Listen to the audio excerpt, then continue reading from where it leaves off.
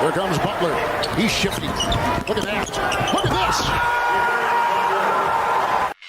Welcome to SicEm365 Radio. Here goes Mitchell. Oh, what a pass! Driving off that baseline, Maceo Teague.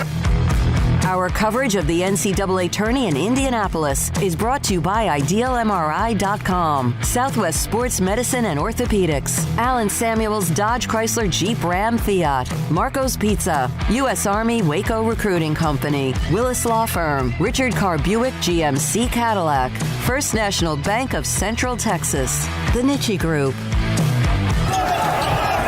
Joshua gets it back outside. Meyer, nice shot from outside. He is a 42% three-point shooter.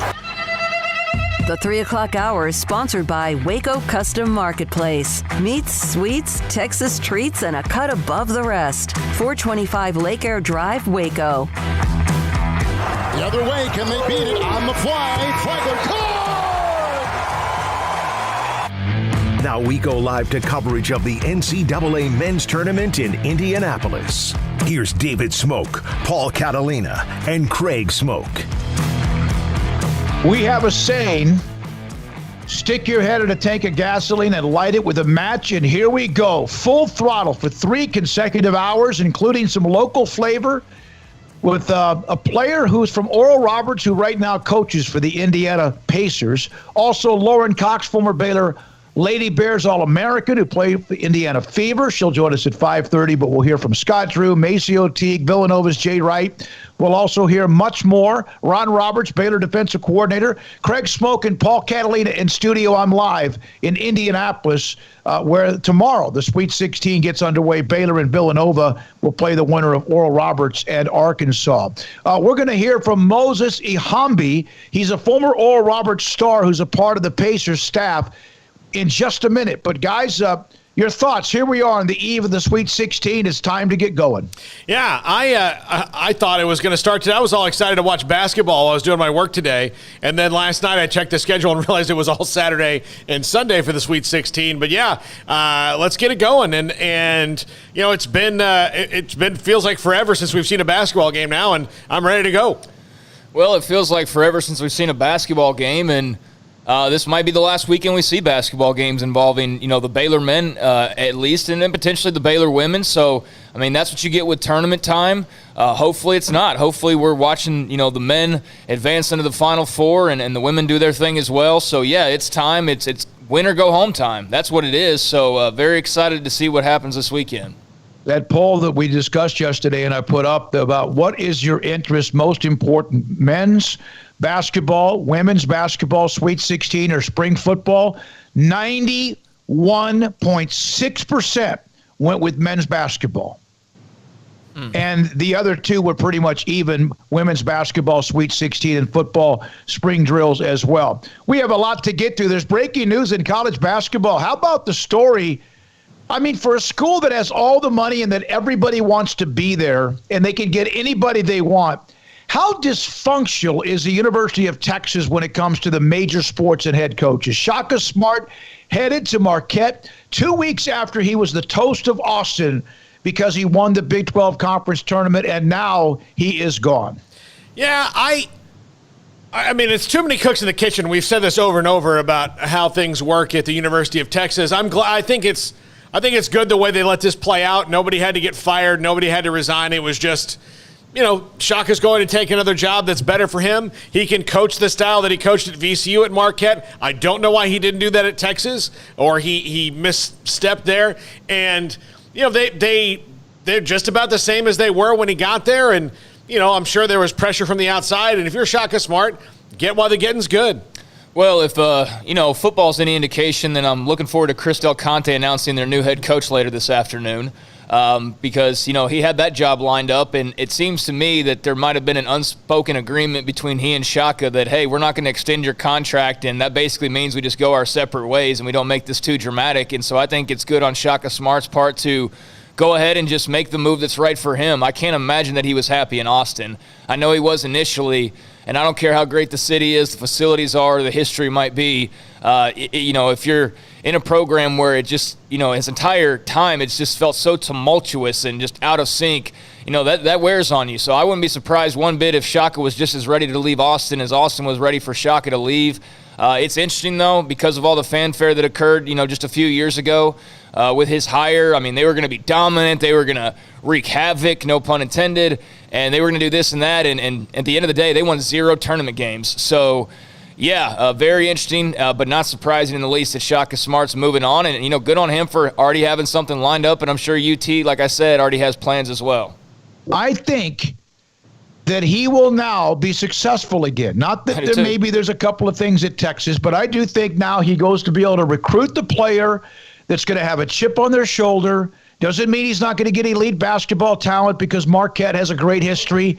In fact, a better history, honestly, than the University of Texas does in basketball. And he can go back to what he wants to do that for whatever reason he was never able to truly get done at Texas. Yeah, I mean, I think, the pressure's off now. Marquette, they are a basketball school, but, I don't think anybody really pays too much attention to Marquette at this point. They do if they're in the tournament, they do if they're making noise, but I think that's a good spot for him. The pressure will be reduced a bit, but there will still be the pressure that you should have as a head coach, and, he can just kind of not relax, but I think, just some of that stress will melt away and he can get back to his roots and get back to just, coaching basketball without all the outside noise that comes with certain jobs. Oral Roberts is a part of the Sweet 16, and our good friend Paul Mills is their head coach, former Baylor assistant. They play Arkansas. The winner of that game will get Baylor or Villanova, and we're joined by Moses Ehamby. He is now a part of the Indiana Pacers staff. He was at Oral Roberts, and, of course, he has played internationally and also professionally for 10 years. Moses Ehamby joins us on SicEm365 Radio. Thank you. I know you have a game tonight. You've been gracious, Moses, to reach back out to me and us today. What does the run by Oral Roberts mean to those who played there before? It means what's written on the court is the reality. But on our home court, it's written, expect the miracle, and time year after year, it's like, man, expect a miracle. Let's see. Let's expect it. And we thought that miracle was getting into the tournament in 2008, 2007, 2006. But no, that miracle is now. These guys are making noise. People are getting to know, they're what Oral Roberts University. You know what I'm saying? So a miracle is happening, but these guys deserve it because of that. Like Coach Paul Mills, such an amazing individual, amazing coach, and he instills just a hardworking ethic and value in these guys. From your perspective, what has been Coach Mills, his ability to light the candle, so to speak? His energy, his passion, his love for his guys. He truly, I was blessed with the opportunity to have my first job outside of playing ball a year and a half ago at Oral Roberts University, and I got involved with the basketball program a little bit, and I got to know him a lot and the guys, and just the way he carries that program and leads that program and treats those guys as if they're his sons. He's so player first, and he wants what's best for his fellas. And when you have a coach like that, I really felt like I had a coach like that in Coach Scott Sutton. And because of that, we played our hearts out for him. And I think that's what those those men are doing for him at the current moment. What does a run like this mean for the university and the community? Oh, my goodness. It means everything. I mean, everybody knows Tulsa now. Everybody knows Oral Roberts University. I think enrollment enough. There's 200 more enrollments already, which is nothing right now, but it's just going to go up and up. And, man, I have people from the country I've played in reaching out to me talking about Oral Roberts University, and I'm like, oh, let's go. Oral Roberts University Nation. It's a blessing. I'm a faith guy. But when these guys are getting interviewed, but just the fact of them saying, to God be the glory, it's big time, because it's basketball, but it's more than just the game. It gives us a platform to, especially at Oral Roberts University or Christian University, just to preach Christ and to allow our actions just to shine before men. When you watch Asmus and Banner. Those two have been able to put the team, not that others aren't making plays as well, but put them on their shoulders and carry them into this moment. How good are they? And I know you got to be careful as a professional assistant, but how good are those two young men? Those two men are probably one of the best duos to ever come out of Oral Roberts. Two, to ever come out of Tulsa. You have three different schools there, but or two, but they are fantastic. What I love about them each is, I was texting them, just their leadership. On the court, yeah, awesome, but just their voice and their that they have is even more powerful, and they're selfless. But and I know you guys know it's not just them that got them to this point. I mean, you have guys like Frank Lasses and Carlos Jurgens, and DJ Weaver. Those guys are doing their part as well. And if I were to compare our team whenever we made the tournament back then and the team now, like everybody does their job and they do it very, very well. Would you like to see them maybe not wait until the very end to stop giving you heartburn? You know what? I want them to play the best of the year. And I messaged one thing that Coach Paul Mills is doing. He's doing a fantastic job with reaching out to us alum, guys that have played in the organization, making us feel like a part of this event. But he's asking us to send messages to them so that they can kind of, get some motivation. And one thing that I've said to them was, man, our job is to be our very best version of ourselves every single day. And they can just do that, man, continuously and doing what they're doing. It's working, whatever they're doing right now, so continue doing it. We'll be good. Moses, there was a point in your career at Oral Roberts where Coach Sutton pulled you aside and said that you were going to have to redshirt. What was that like, and what did that do to fuel you the rest of your basketball life? Oh, my goodness. It tore my heart out of my chest. Man, that was a tough time. But I was in love with that man. Coach Scott Sutton was he was like a father figure. I knew that. And I was young, so I thought that was all about, man, I'm not good enough, or, but really, what it really meant was, we want to save you, Moses. We see the potential in you, Moses, and we want you to continue to work on your game, Moses, and the best is yet to come. And that's the outlook that I took. For those that know me all over the world, Moses is a workhorse. Even when I was in the G League and whatever, coaches had to pull me off of the court because I would just outwork. I would turn on the lights before practice, and I would turn off the lights after practice. But it's because of that conversation that I had with Coach Scott Sutton that it made me and mended and molded me into the player that I was, and the man that I am now. Like I'm a workhorse in everything that I do because I know I have to work being my best self every single day, and that work. Nothing is given.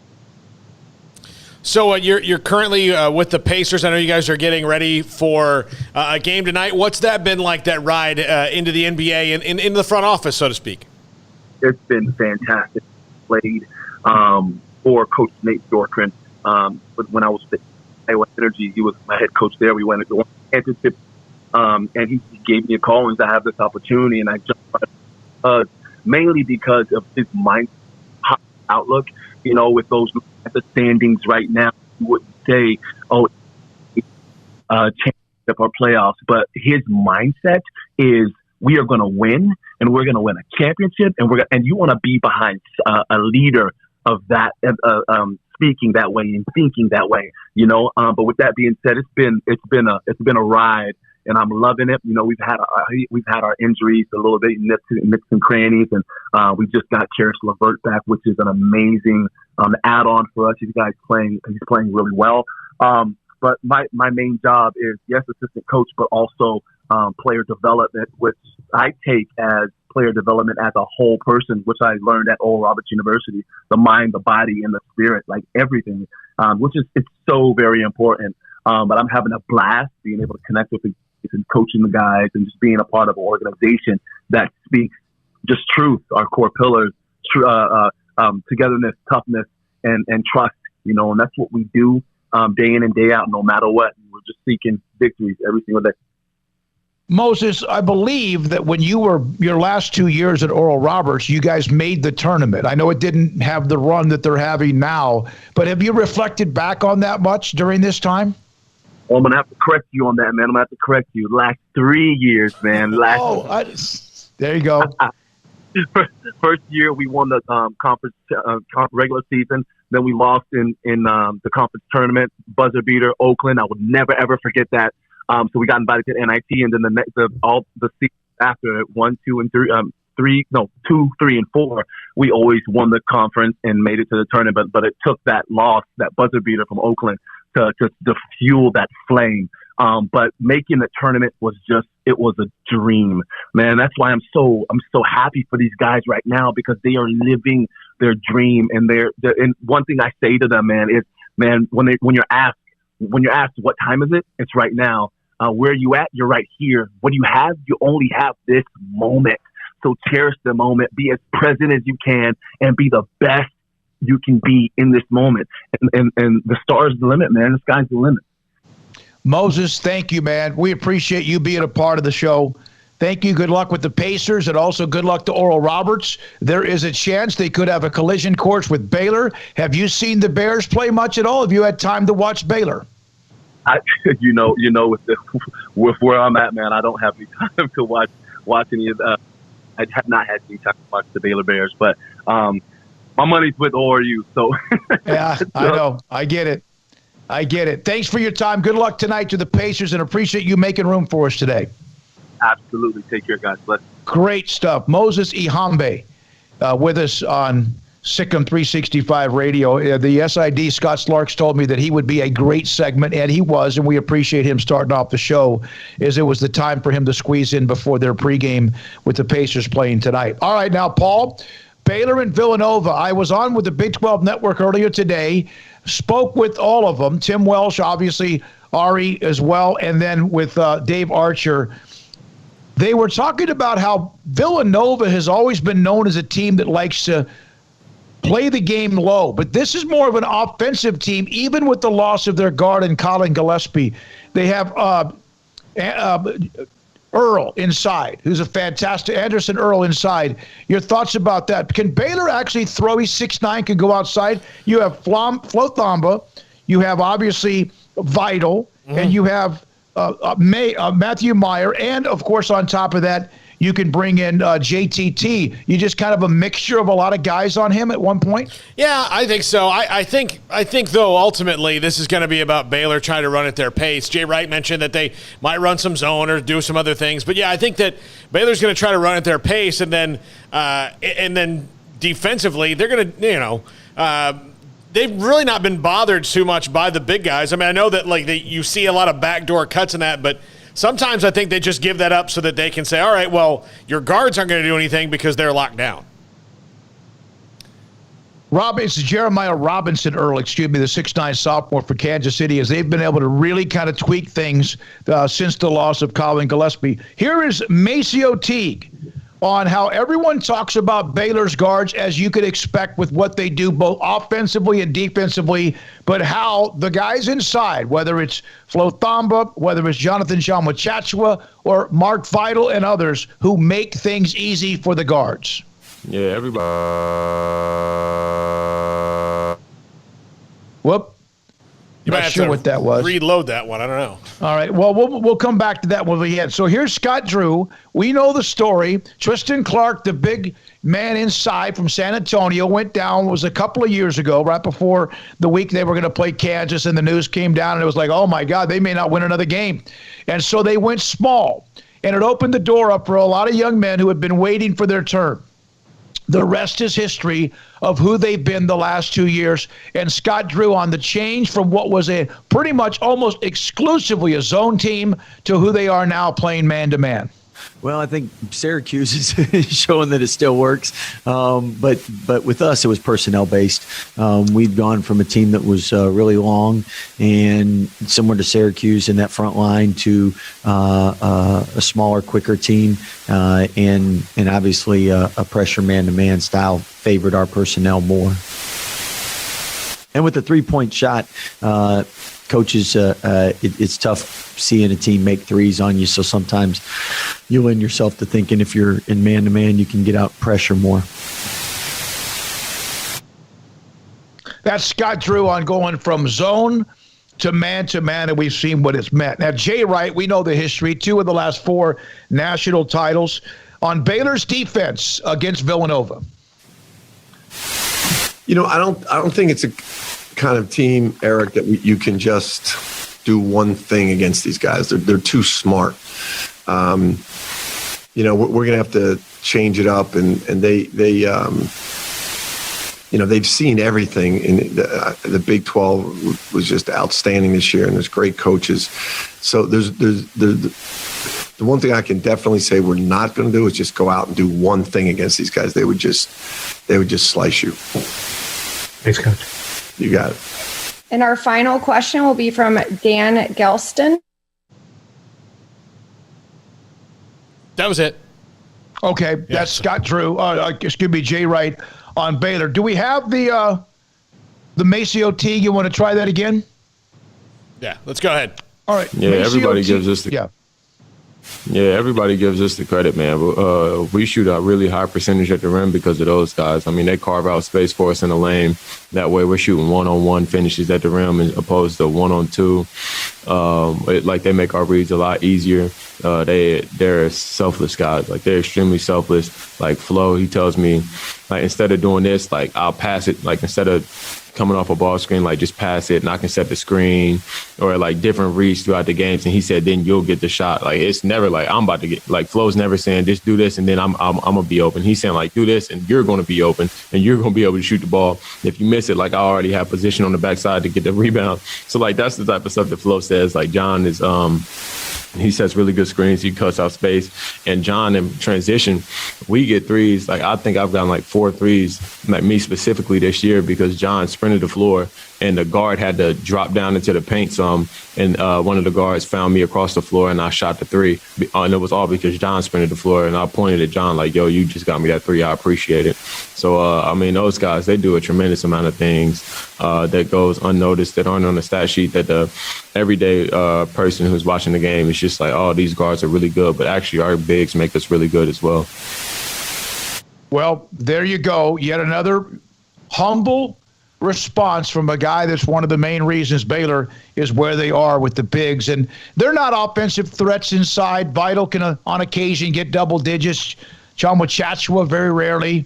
Matthew Meyer, you kind of almost think of him more as a guard, despite 6'9", and Thamba is not going to score much. But just because they're not scoring much, they do a lot. And those guys all, we hear about how unselfish the guards are, Craig, but the guys, the bigs inside, it's not like Baylor's dripping with 6'11", 6'11", 6'10", but they seem to be as much team players and a part of the mix as the guards are, just not as productive offensively and scoring. Yeah, that's not really their role on this team, is it? It's more to play defense, and that's what they do. The scorers are the guards, and that's why, we're always talking about, Jared Butler and Maceo T. We're not talking about Jonathan Chachua putting in 25 points. I mean, that's just the way this team operates. The bigs know their job. The guards know their job. If the guards aren't hitting, then that's problematic because the bigs haven't really proven they can take over. So that's why every game we say, hey, how does this team match up bigs-wise? And Villanova will be another tough test.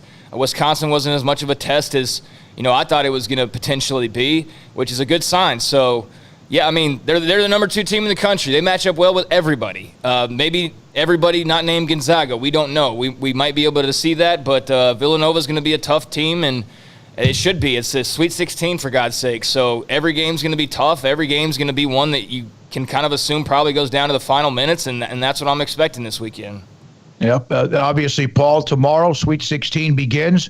Baylor, if they do win, they play Monday night. And then, of course, we all understand what comes after that. I want to get to one NFL story before we break and come back with Hartford coach John Gallagher. He's going to join us on Zoom.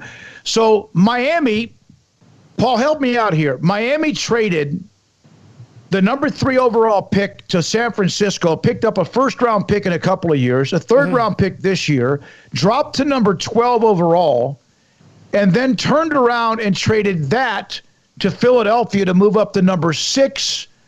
And then also they now have the number 6 overall pick. Explain what they were doing here. So, yeah, they picked up a pick from the 49ers and then flipped that to the Eagles, who wanted to trade back. I don't know why the Eagles wanted to trade back other than picking up a second pick next year, but if you think about what the Eagles, like, I'm going to kind of work backwards here. What the Eagles did was they moved back, and they might have moved back in the next draft too, because the Dolphins could be really good this year. They were a playoff team last year. They're building talent. I mean, it's kind of all on Tua to take that next step forward and for the Dolphins to get some more maybe pieces around them and a better running game. But the Dolphins pick could be in the 20s, and yeah, you might have 2 first-round picks, but I'm kind of curious, confused what the Eagles are doing.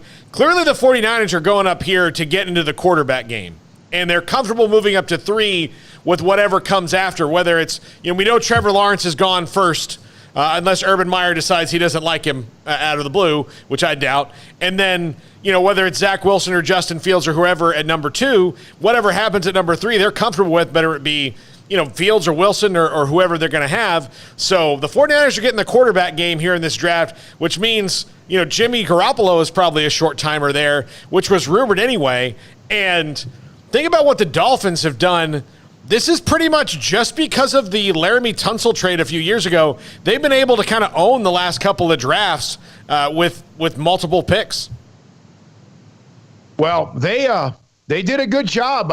They found a way to add maybe some picks, and I think in the end it's always the number of quality picks you have than anything else. All right, he was a part of our show a week ago Monday.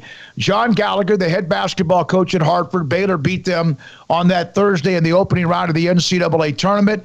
They and Coach Gallagher, of course, after that went back home. He joins us next to discuss what he saw face-to-face and also in person with Baylor and his thoughts about the Sweet 16.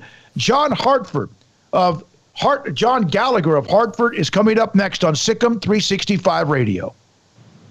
March means it's time to celebrate 22 years of serving Waco and Central Texas with big savings on all cars and trucks on the lot at Richard Carr, Buick GMC Cadillac. All 2021 Buicks have deep discounts. For example, you can save $4,500 on a 2021 Buick Encore, $3,500 on a 2021 Buick Encore GX, $3,500 on a 2021 Buick Envision. You can save $6,000 off a 2021 Buick Enclave, or qualified buyers can get 0% financing for 72 months.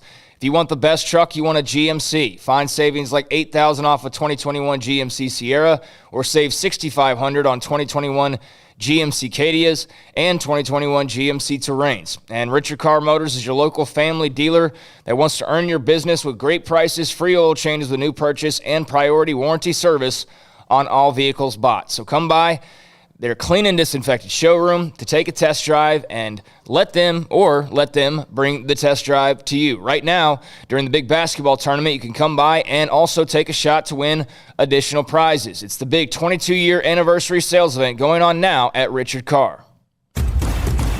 Hey, this is Bryce Petty, former starting quarterback and 2-time Big 12 champion, and I know firsthand the importance of being in top shape both on and off the field. So listen up, men. If you're feeling beat down day in and day out and looking for that high-performance edge that separates the men from the boys, then look no further than the Petty Clinic Low T in Waco. Petty Clinic is a comprehensive men's healthcare clinic with an atmosphere catering to men. Board-certified Dr. Kent Petty has a special interest in offering the highest quality medical care to men of all ages. Some of the services offered include screening and treatment for low testosterone or thyroid, infertility, high blood pressure, diabetes, high cholesterol, sleep apnea, while offering comprehensive wellness exams and complete men's health lab panels. High performance men, remember, it's not just a Petty thing. This is Bryce Petty, encouraging you to reach out and Google search Petty Clinic Low T or go to pettycliniclowt.com and get your complimentary lab screening today.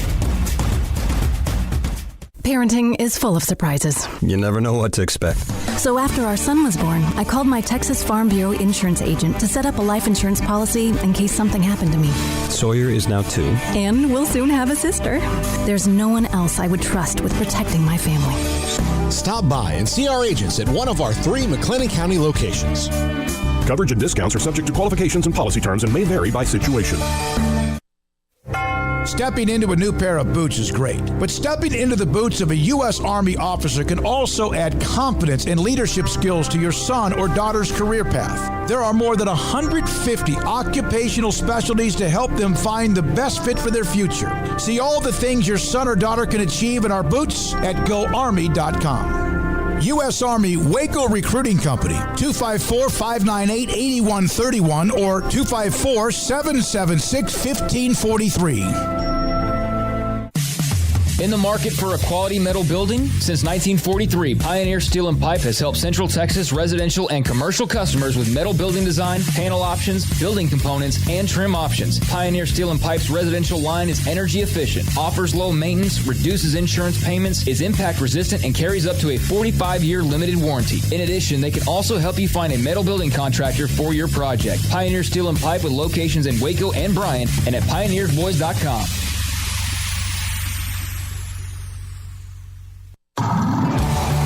It's time to fire up the grill, heat up the oven, or get that deep fryer going to enjoy the top quality products at Waco Custom Marketplace. Order 30-pound sacks of live crawfish by 6 on Wednesday. Pick up on Friday afternoon after 2 or Saturday. Enjoy the weekend. 30-pound sacks of live crawfish available right now for $4.25 a pound. Find all the crawfish boil ingredients you need, including red beef potatoes, sausage, corn cobettes, and Louisiana boil seasoning. Make your order for live crawfish by Wednesday at 6. Pick up on Friday after 2 or all day Saturday and enjoy the weekend. Waco Custom Marketplace, your home for fresh baked kolache, cinnamon rolls every day. Butcher shop to cut your steaks the way you want. Fresh seafood, summer sausage, boudin, house cured and smoked bacon, spices, seasoning, soup mixes, and more, and weekly gift boxes for any occasion. Waco Custom Marketplace, 425 Lake Air Drive in Waco, or WacoCustomMarketplace.com.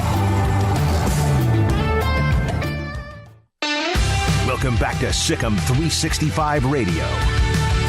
SicEm365 Radio is presented by IdealMRI.com. High-quality MRIs for $497 or less. IdealMRI.com. Your health is important, so is your budget.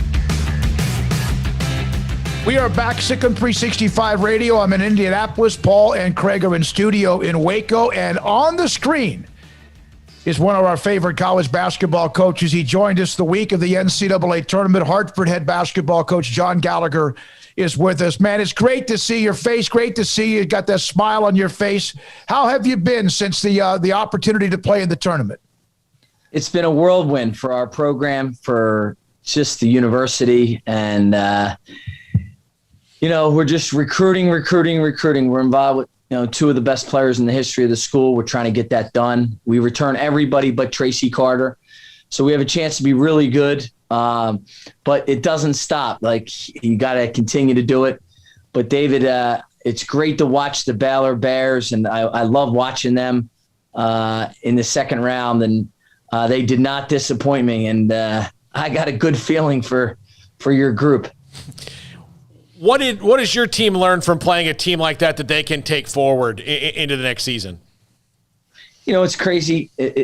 I'm from Philly, and we can't enjoy it. Like 15 minutes after the game, I was with my staff, and I was saying to them, this is what you need to do to win a game like that. And we went through the 4 or 5 points that you have to do.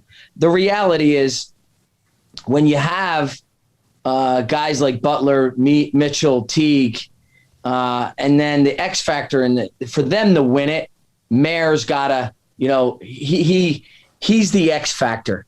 I'm just telling you, because he's not a 6 man. They do it for chemistry reasons, He's a difference maker. Like in this Villanova game, because I played both teams.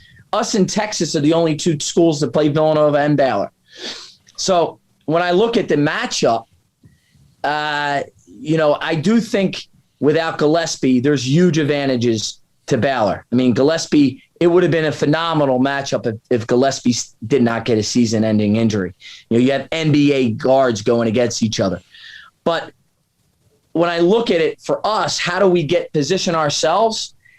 We got to get bigger, stronger, and faster with some of our guys, and then we got to add 2 players that we're involved with right now, high-level players, that are in the transfer portal. And we got to get them like we did Tracy and the year before Malik Ellison. But for you guys, this is going to be this. I like your guys, your toughness. And, I know the other side. I know Arkansas. David Patrick, the associate head coach, is my best friend. So I'm familiar with Arkansas. But to get through Villanova, it's going to take a good game from you guys. I don't think you have to play perfect, but I think you need a good effort. Coach, Maceo Teague obviously had a good performance against you guys. What were your impressions of him? His pace of play. You can't speed him up.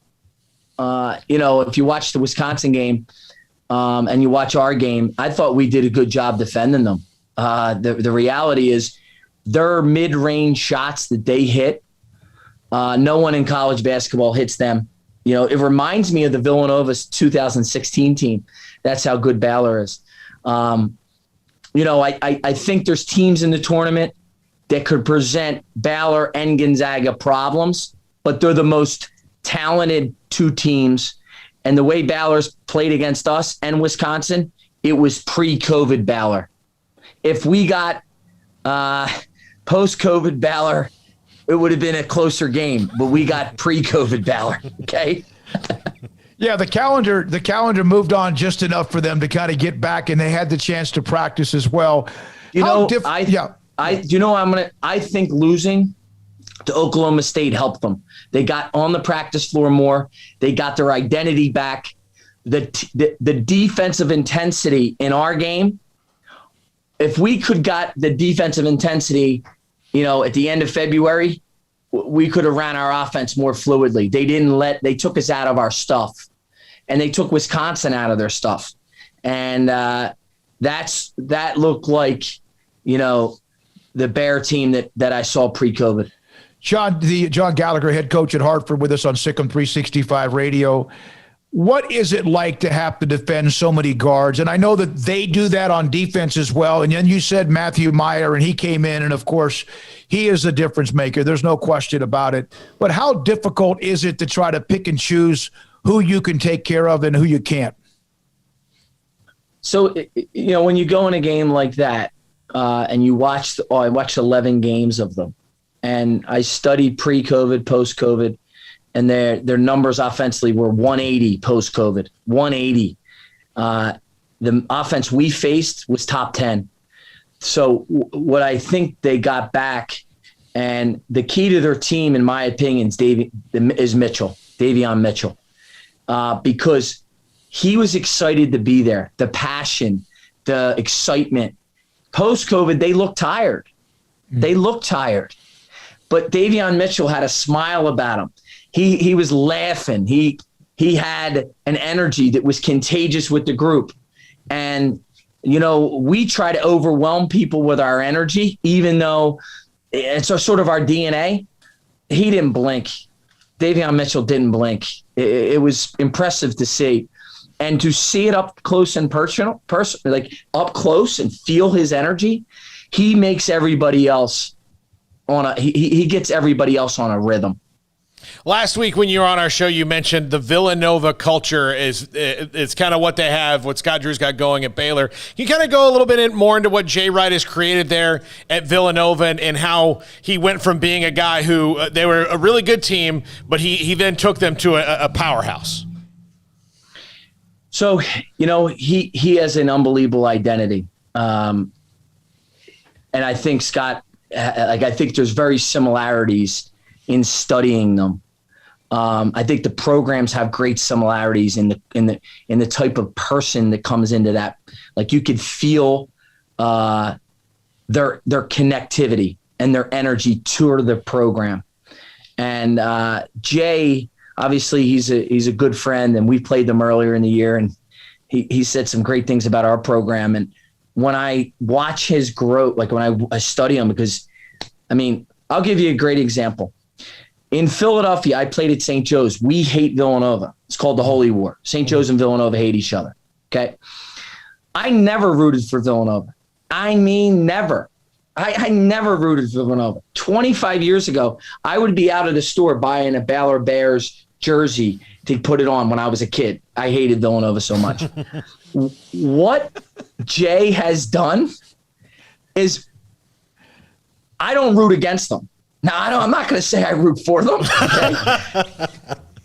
Okay. But I'm not rooting against them. And I'll give you a good story. So I was having a real tough time. I mean this, tough time with COVID, with not playing in the championship game. 10 years to get my team to the championship game. So in May 22nd of last year, I moved my family to the beach. Okay. I moved them down to the beach. down in Ocean City, New Jersey. So I would get up at 5 a.m. and go do my prayer. I do my walk. I do my run.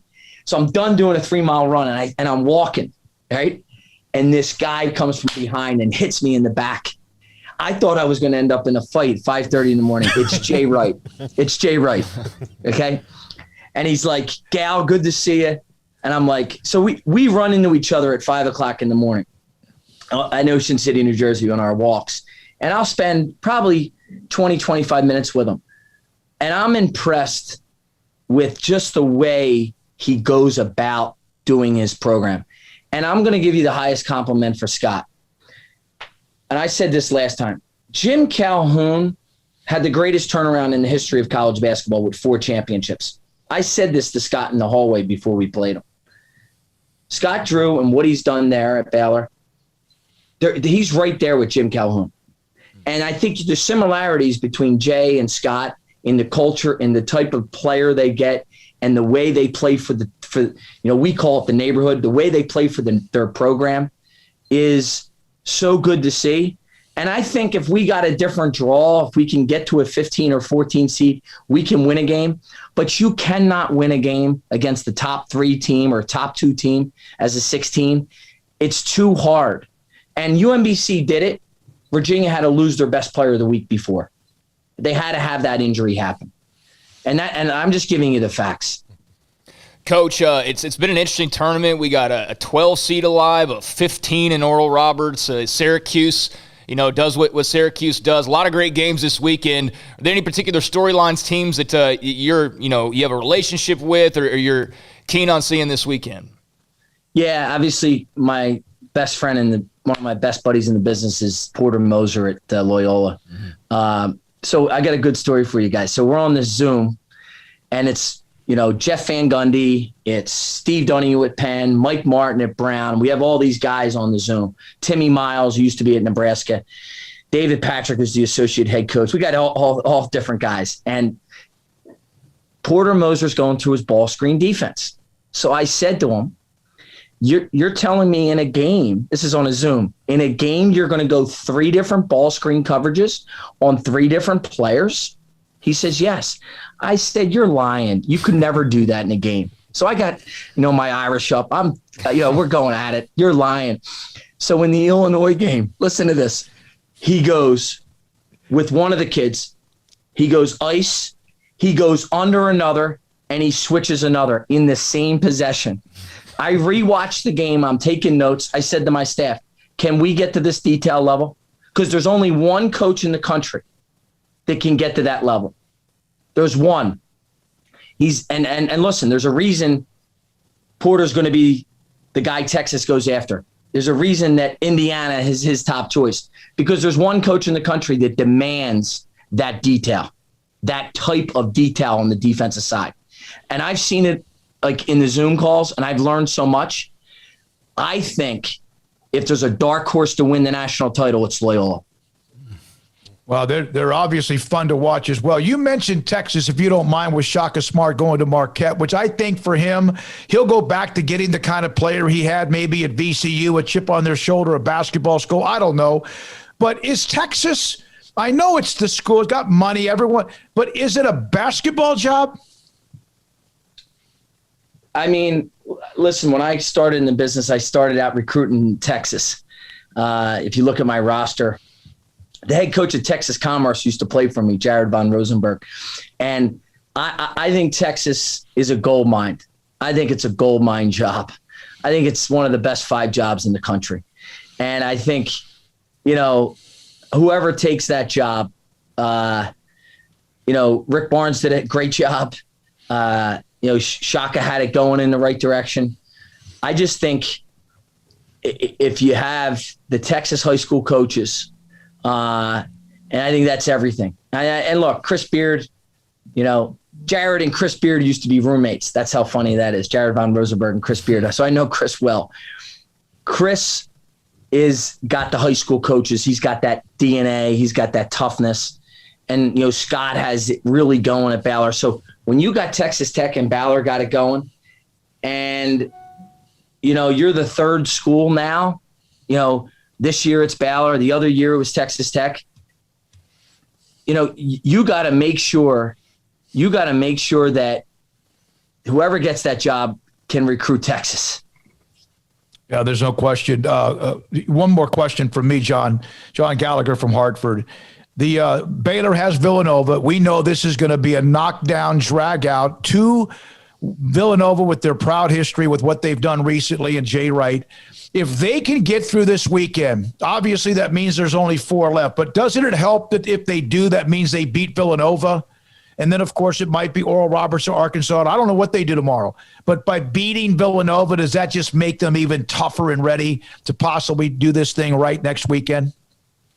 So it's funny you say this. The one thing I wanted to get up in the game on, I wanted to see if they had their swagger. And I told my staff this. I said, we got to try to get up 8-10. And look, we had the injury to our 3-point shooter. So here's what I say about Baylor right now. They got the swagger. They win this game, they're going to the Final Four. They're going to play for a national title. Unless I just think they got the momentum, and then it's going to be Gonzaga or Loyola, in my opinion. They'll be the other 2 teams. And like Loyola to me it is a dark horse. And I think the 2 best teams are Baylor and Gonzaga right now. Hey, it was great to get to have you a couple of weeks ago. Even better to see you again. I hope that your tournament appearance and how you guys played does help you land those 2 players that you're looking for to add to the mix. You guys were fun to watch. You're a great guy to have on the show, and good luck to you, John. I'll tell you what, if we get a chance to come down to Baylor to play, I'm going to do it. But I will say this, if they win these 2 games, you got to have me on next week because that's the good luck charm. Absolutely. Absolutely. I absolutely. That's a deal. We'll have you on, buddy. Thank you, John. By the way, I love listening to your show. Thank you very much. John, right, talk to you guys. Gallagher, man, it's been so much fun. We meet people along the way. He has been extra special to be a part of the show. And you know he has nothing but success ahead of him with the rest of his career. When we come back, Grayson Grundhafer, he was with Craig the last 2 days at Baylor football spring drills. He's next. SicEm365 Radio from Waco in the studio. SicEm365 Radio as well. We are live as well from Indianapolis. This is SicEm365 Radio. Riverbend Liquor and Wine, Lakeshore Drive and North 19th Street here in Waco. Steve Chapman, I read off the list of some of the craft beers that they have coming through right now as they rotate them through. Chosen One Coconut Ale, Plutonium 239, Necessary Evil, Fresh Buds, El Capitan, Three Nations Mango Smash IPA. Actually, I've had that one. It's delicious. They've got a lot of great stuff at Riverbend Liquor and Wine, and rotating through those spring beers for the seasonal craft beer. They have more. I mean, you walk in there, it's just a great selection of craft beer. They've got a great selection of spirits. They've got a great selection of wine, and they just know, like, you're not going to have to look for anything that long. Like, if you're walking around and you I want to find this particular thing, and you look a little lost, believe me, they'll say, hey, what do you need? I need this. They're like, turn around, third shelf, 6 inches from your left hand. Boom, it's right there. That's how precise they are. They know where everything is in that store. The customer service is unbelievable. The drive-thru is very efficient and fast. I love shopping there when I need to go get something. They're just great. Riverbend Liquor and Wine, Lakeshore Drive at North 19th Street, a hidden gem in Waco. Check out more on Facebook and Instagram. Dodge Journey is the best value available in third-row seating vehicles on the market. Alan Samuels' President's Day event is going on now with deals on the 2020 Dodge Journey. Values up to $6,500 or 0% for 72 months, plus $2,000 in combo cash. Or check out the 2020 Jeep Renegade Latitude with total values of $6,750 or 0% for 72 months, plus $2,500 in combo cash. Located at 201 West Loop 340 in Waco, Alan Samuels is your friend in the car business. See dealer for details. All offers have credit requirements. At Ideal MRI, we feel blessed to be a part of the Waco community. We're a small family business right here in Central Texas, and our goal is to bring down the cost of healthcare while maintaining high quality. At times like this, the cost of healthcare has never been more important, and unfortunately, significant illnesses and injuries still occur. That's why Ideal MRI is open and here to serve you through the difficult time. We offer premium MRIs just like a hospital with state-of-the-art technology and specialists, but you'll pay less. sometimes thousands of dollars less, whether you're using insurance or not. At Ideal MRI, we accept most insurance, and there are no hidden costs, even offering financing if that's needed. Everything included in the price, and you'll not get something as a surprise in the mail later on. If you need an MRI, ask your doctor about Ideal MRI. They'll know. You can schedule an appointment safely from home online in minutes at idealmri.com or give us a call, 833-IDEAL-MRI, idealmri.com. At Baylor University, students can shine in their own way.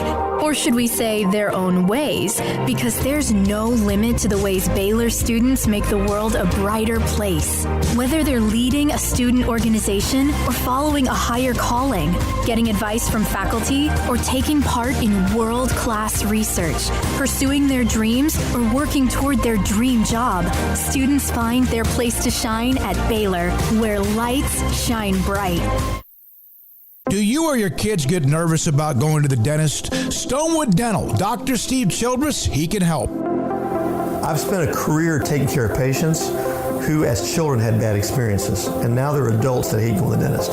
If I get a kid at 3 years old and they come every 6 months and it's a happy experience, it's normal for them. Now they have an accident at 6 or 7 or 8 at school. Now they have a broken tooth or a trauma, and they have to come here. They're used to lights, they're used to water in their mouth, they're used to experience, they already trust us. It's amazing what we can do with that kid without it being a negative thing. But if I see a 6 or 7 or 8 year old that's never been to the dentist, and now they have a trauma or an unfortunate unexpected toothache, it's harder to do that for that kid and it not be somewhat of a negative experience. So bottom line is I try to teach kids and adults and teenagers and everybody the way I'd want my family treated, which is where it's a necessary part of life. You just take care of it. It doesn't have to be that big a deal. Learn more, stonewood-dental.com. At Marco's Pizza, get craveable pizza made the Italian way with dough made from scratch, an original sauce recipe, 3 fresh signature cheeses, and premium toppings you love, served hot and safe. Right now, you can get unlimited medium one-topping pizzas for just $6.99 each. Why stop at just one? Order with your app or at marcos.com for curbside, carryout, or delivery today. Marco's, pizza lovers get it.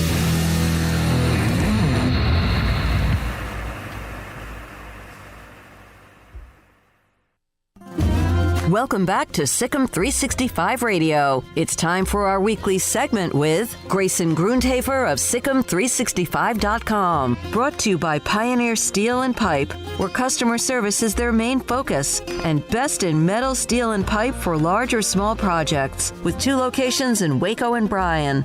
Family owned and operated since 1943. All right, here we go. Again, SicEm365 Radio, David Smoak in Indianapolis, Craig and Paul in studio, along with Armstrong and Jack. We're now joined by Grayson Grundhafer, SicEm365.com. So, Grayson, you were able to, as Craig was, go to a couple of practices, listen to Coach Ron Roberts yesterday, some players as well. Your thoughts about anything else you may have seen in the last couple of days you want to share with us right now? Yeah, I mean, I think after watching 2 practices, just kind of getting the overall sense for where the program is at, I think everyone who, is a fan of Baylor would probably be very happy with the way things have gone for Baylor to start these practices. And, it's very early, and obviously, you're going to have a lot of enthusiasm to start camp. But I see this as something that's going to continue. I just think that there's a culture that's built now, and it just seems like this staff has a lot of momentum. I will say some of the things I noticed that as far as position-wise go, I didn't notice this until actually today when I was, cutting up film for views from the Brazos. But I saw Josh Fleet playing running back. And, he played that some at Cedar Hill. But to see him, getting some quality reps there, I found that to be very interesting. And we've seen him play at some, but he's mainly been a slot guy for this team. So I thought that was an interesting note as far as a position change that I actually just noticed today. Grayson, isn't that one of the things that maybe this offense didn't do well last year, was find creative ways to get the ball in the hands of the playmakers? Yeah, I think they have to adapt some. And I think if anyone has watched BYU play, with Jeff Grimes as the coach, they did a great job of finding ways to get their playmakers to football. And, obviously when you have a quarterback like Zach Wilson, that helps matters. But still, you got to find creative ways to get guys the ball. And, their wide receiver group is pretty talented. So moving Josh Fleet to running back potentially could be a good idea because, Squirrel Williams, we don't know what his status is going to be like in the fall. And outside of Treston Ebner, it's a bunch of young running backs. So adding kind of a more savvy veteran guy to that group actually makes a ton of sense. Grayson, Ron Roberts yesterday, I asked him about the depth on defense, and initially he said, they like what they have on the D-line. There's 9 guys. They obviously, linebacker is loaded.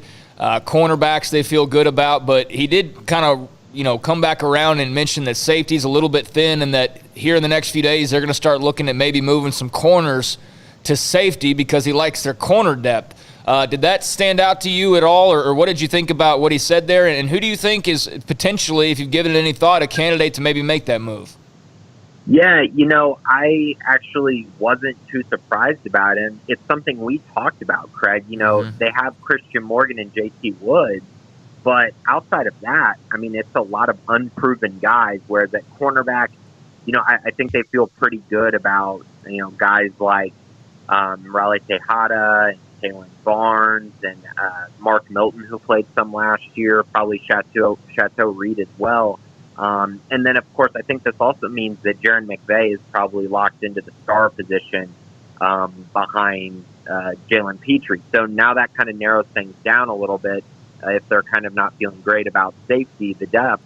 I think guys that could get a shot there, I think Devin Neal, I'm pretty sure he's probably already playing that, so not sure what the move there would be. Brandon White, who's kind of been flipping back and forth, I think he could be a guy that gets some looks.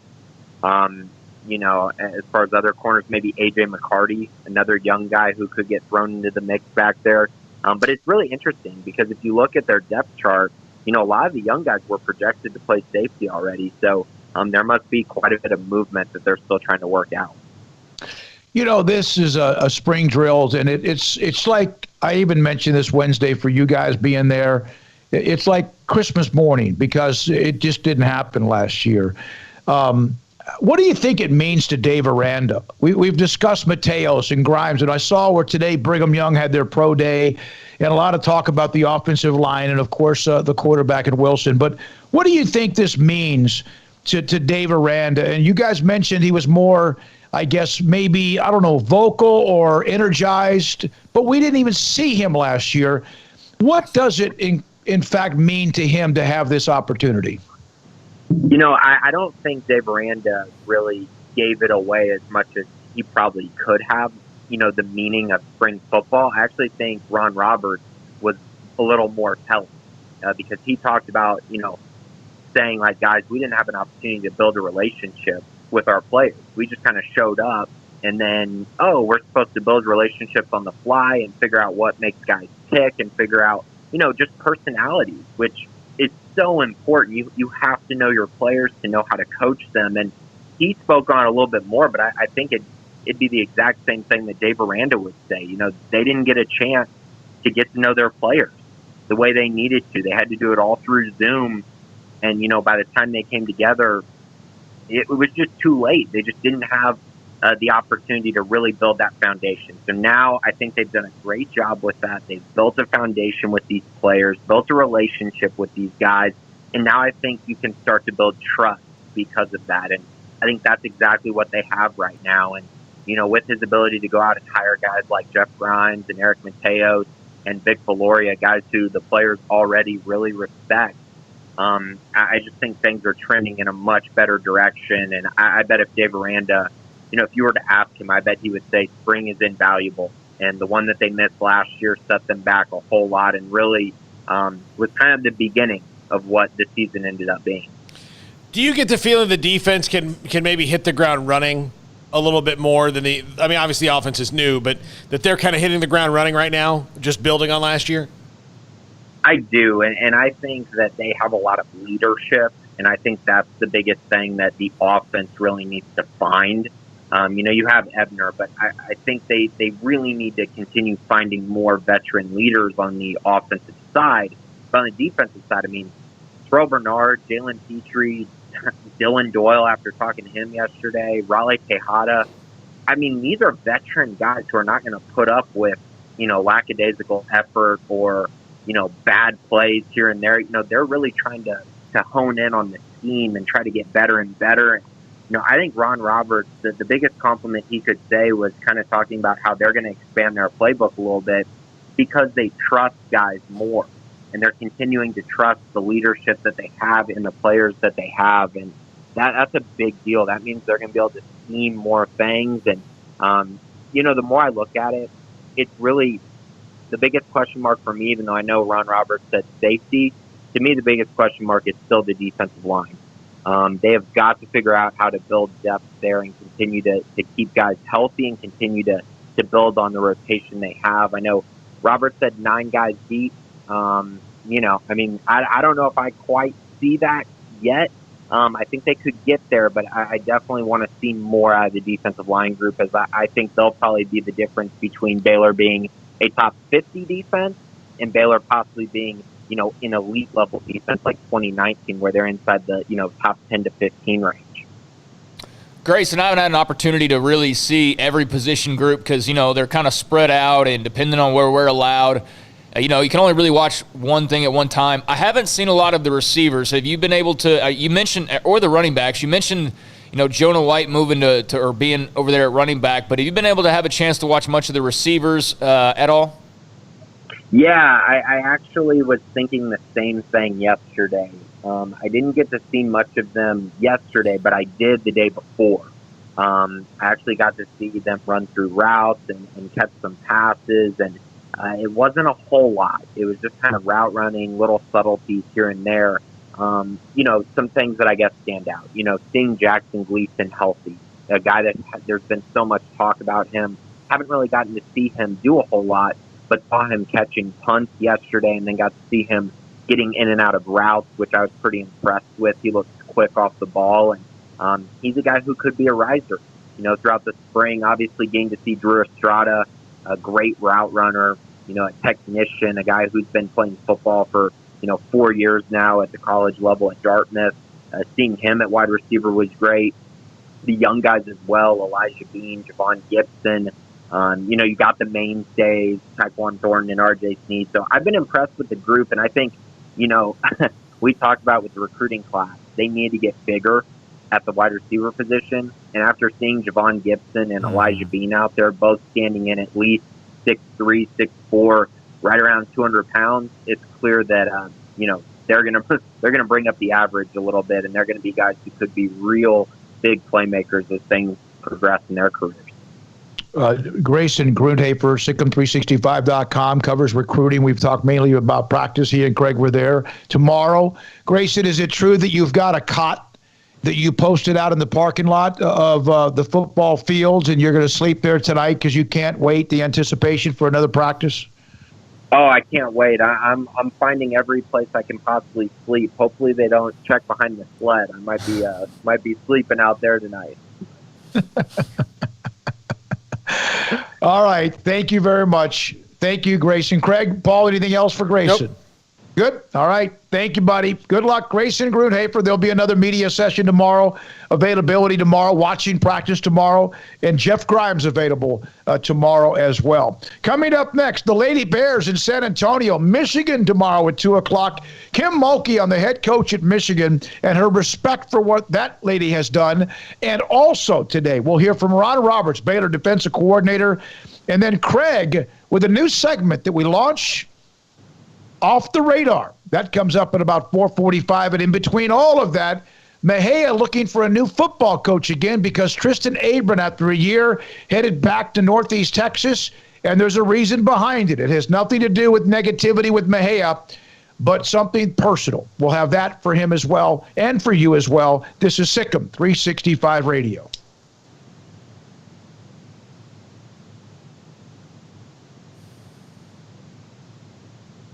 All right, let me tell you something about Waco Custom Marketplace. Open tomorrow, where if you order your live crawfish, 30-pound sacks of live crawfish, if you did that by Wednesday at 6 and you didn't pick them up, well, in fact, you have about 2 hours to do it today. You could go by Waco Custom Marketplace tomorrow, anytime that they're open, and pick up your live crawfish. 30-pound sacks, $4.25 a pound. And enjoy the crawfish boil. When I think about a crawfish boil, it's a crawfish boil. But yes, on top of that, you want shrimp. If you want shrimp, they have shrimp at Waco Custom Marketplace. You want red beet potatoes? They have red beet potatoes. If you want the corn, cobettes, they have the corn cobettes. If you want something else to put inside of it, like, for example, you want to make sure you have the right seasoning, Waco Custom Marketplace has the right seasoning as well. And while you're there, you might as well get your steaks custom cut to however thick you want them, whether it's an inch or you like them thin. I like mine about 1.25 inches minimum when it comes to bone-in ribeyes, and I want the bacon wrap fillets very thick as well, and they'll do that as well. Plus pork and poultry and seafood. In fact, you got to make sure you get the salmon. Norwegian salmon fillets are absolutely delicious. Put them in the smoker, cook them wherever you want. They are delicious as well. It's Waco Custom Marketplace at 425 Lake Erie Drive in Waco. I hate my job, but I don't mind getting up in the morning. I dread each day, but I can't wait to get out of bed. You ask me why, and what I'll say to you is true. Well, you can get breakfast tacos at Rudy's Barbecue. Scrambled eggs and brisket, they ain't fooling around. Salsa drap, son, they're the best in town. Barbecue for breakfast, yes, it's true. Put a smile on your morning at Rudy's Barbecue. Next in line.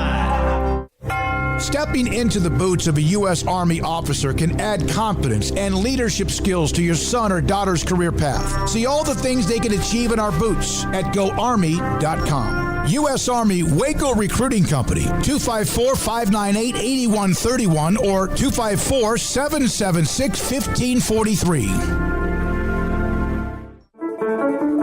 One size fits all. That may be all right for an adjustable belt or cheap sunglasses, but when it comes to your financial needs, no one wants a one-size-fits-all strategy. Cam Heathcott, your Edward Jones financial advisor, knows that his most important goals are yours. That's why he takes the time to understand your needs, knowing you. That's how Edward Jones makes sense of investing. Cam Heathcott, covering Conroe and Houston, 936-756-7717 or cam.heathcott@edwardjones.com. Edward Jones, member SIPC.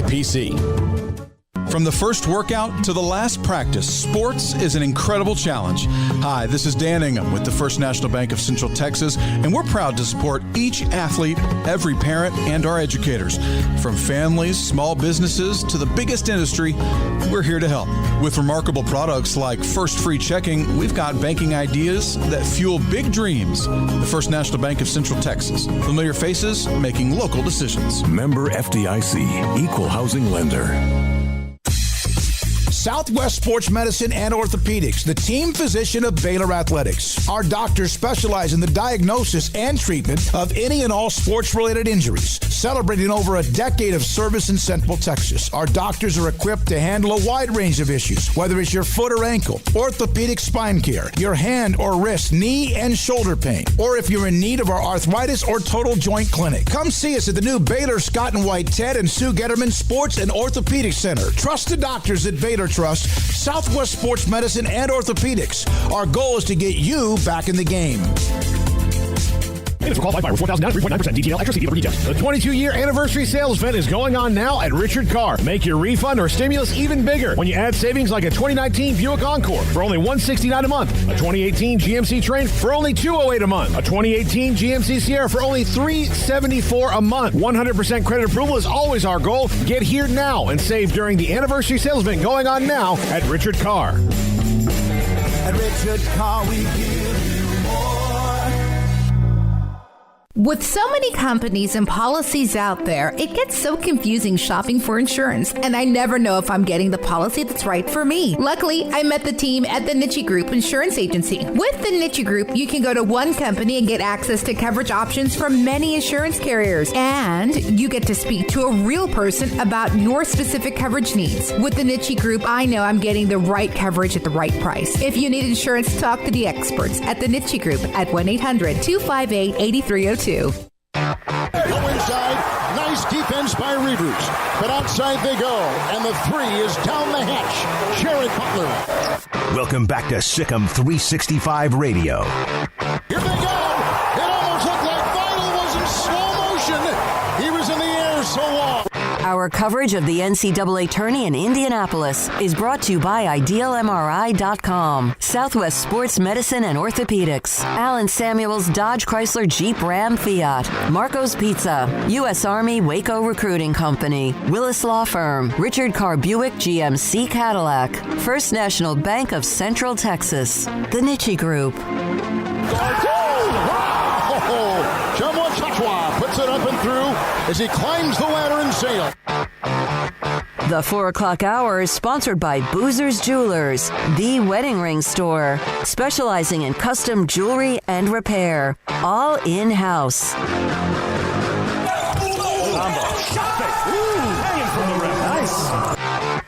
Now we go live to coverage of the NCAA men's tournament in Indianapolis. Here's David Smoak, Paul Catalina, and Craig Smoak. All right, I want you guys to think about something. Had you ever heard of Moses before our show today? No. Ehamby, had you ever heard of him? No. I was going to say, yeah, I've heard of Moses. Yeah, I've heard of Moses. Ehamby, no. Yeah. No, I had not. The original Moses. Had you ever heard of John Gallagher before 2 weeks ago? No. How cool are those two guys? Oh, they're great. Well, like I feel like Moses is a guy you'd like to have dinner with when you're down in the dumps. Yeah. Like you're like, man, I'm just down in the dumps. I need somebody to talk to, and Moses would make you feel like, oh, well, it's not so bad. Yeah, I think the national media should actually talk to more people like that, and maybe they'd have a different, or maybe they wouldn't, a different take. I don't know if y'all have noticed the attack on Oral Roberts over the last few days because of, the school's mission and some of their rules and things like that.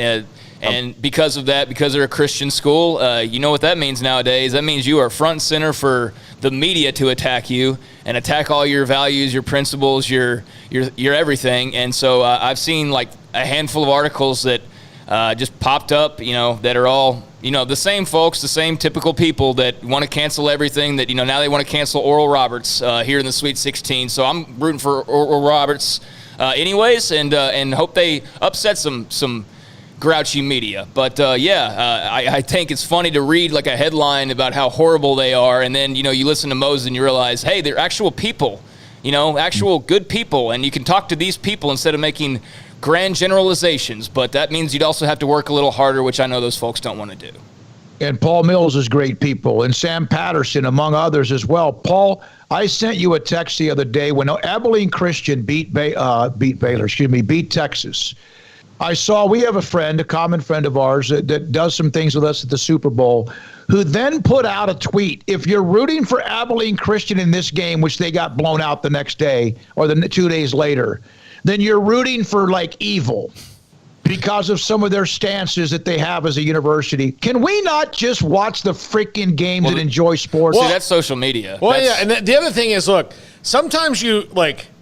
Okay, look, I'll just speak from the heart here personally. Look, I'm Catholic, but I don't subscribe to every single belief of the church.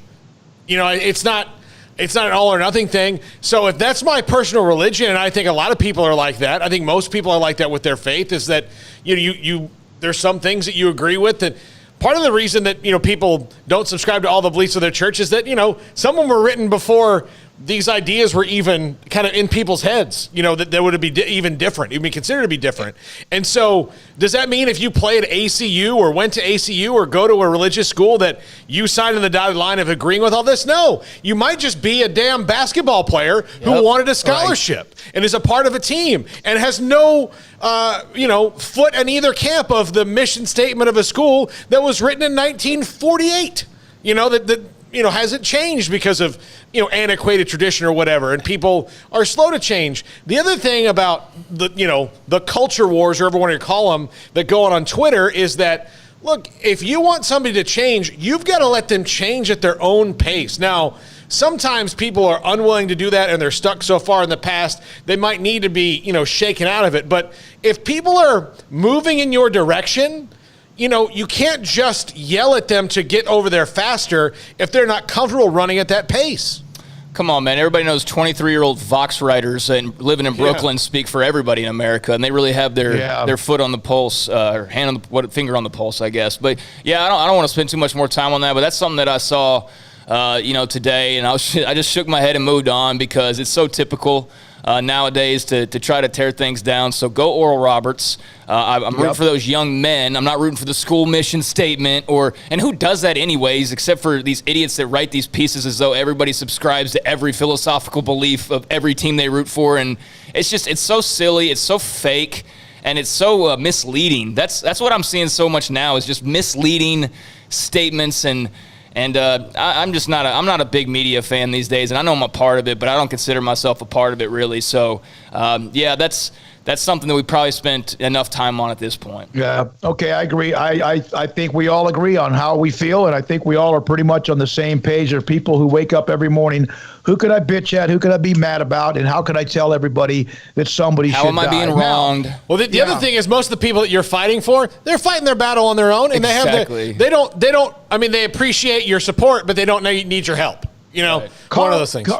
Carl Campbell, preach it, Paul. Also, he mentioned the Shaka Smart news. He was asking about Shaka and Marquette. Shaka Smart will take Marquette to a Sweet 16, perhaps before he would have taken Texas. He will not get the 4- and 5-star elite bigs, but he will get players who have been neglected by Power 5 schools like Virginia Commonwealth and will play that hair on fire type style that I think he'll be fine. I root for him now. Now that he's at Marquette, I wish him the best. I remember Al McGuire was there. It's a great team back in the day. I'm going to tell you what, Porter Moser, I think would be a great hire for Texas. I think there's a lot of coaches who maybe aren't big names that would be fantastic hires. But, of course, we're going to start off with let's go grab the guy from in the conference, just like they did it with Baylor in football on a couple of occasions. But, they're always going to, kind of see if they can eat anything in the Big 12 first and then move on the scope of things. So Oklahoma's got an open job now too.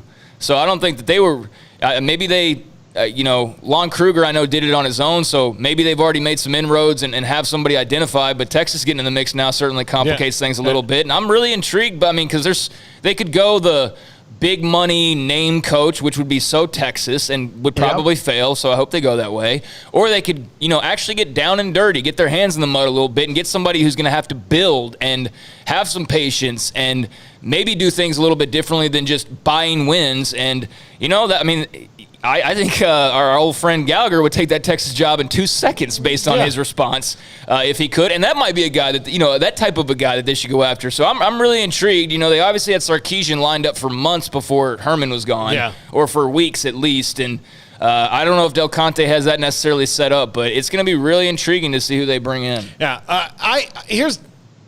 Shaka Smart was seemed like a great idea at the time, and then part of this is on Texas and part of this is on him. I mean, he decided to change his style, and it didn't work.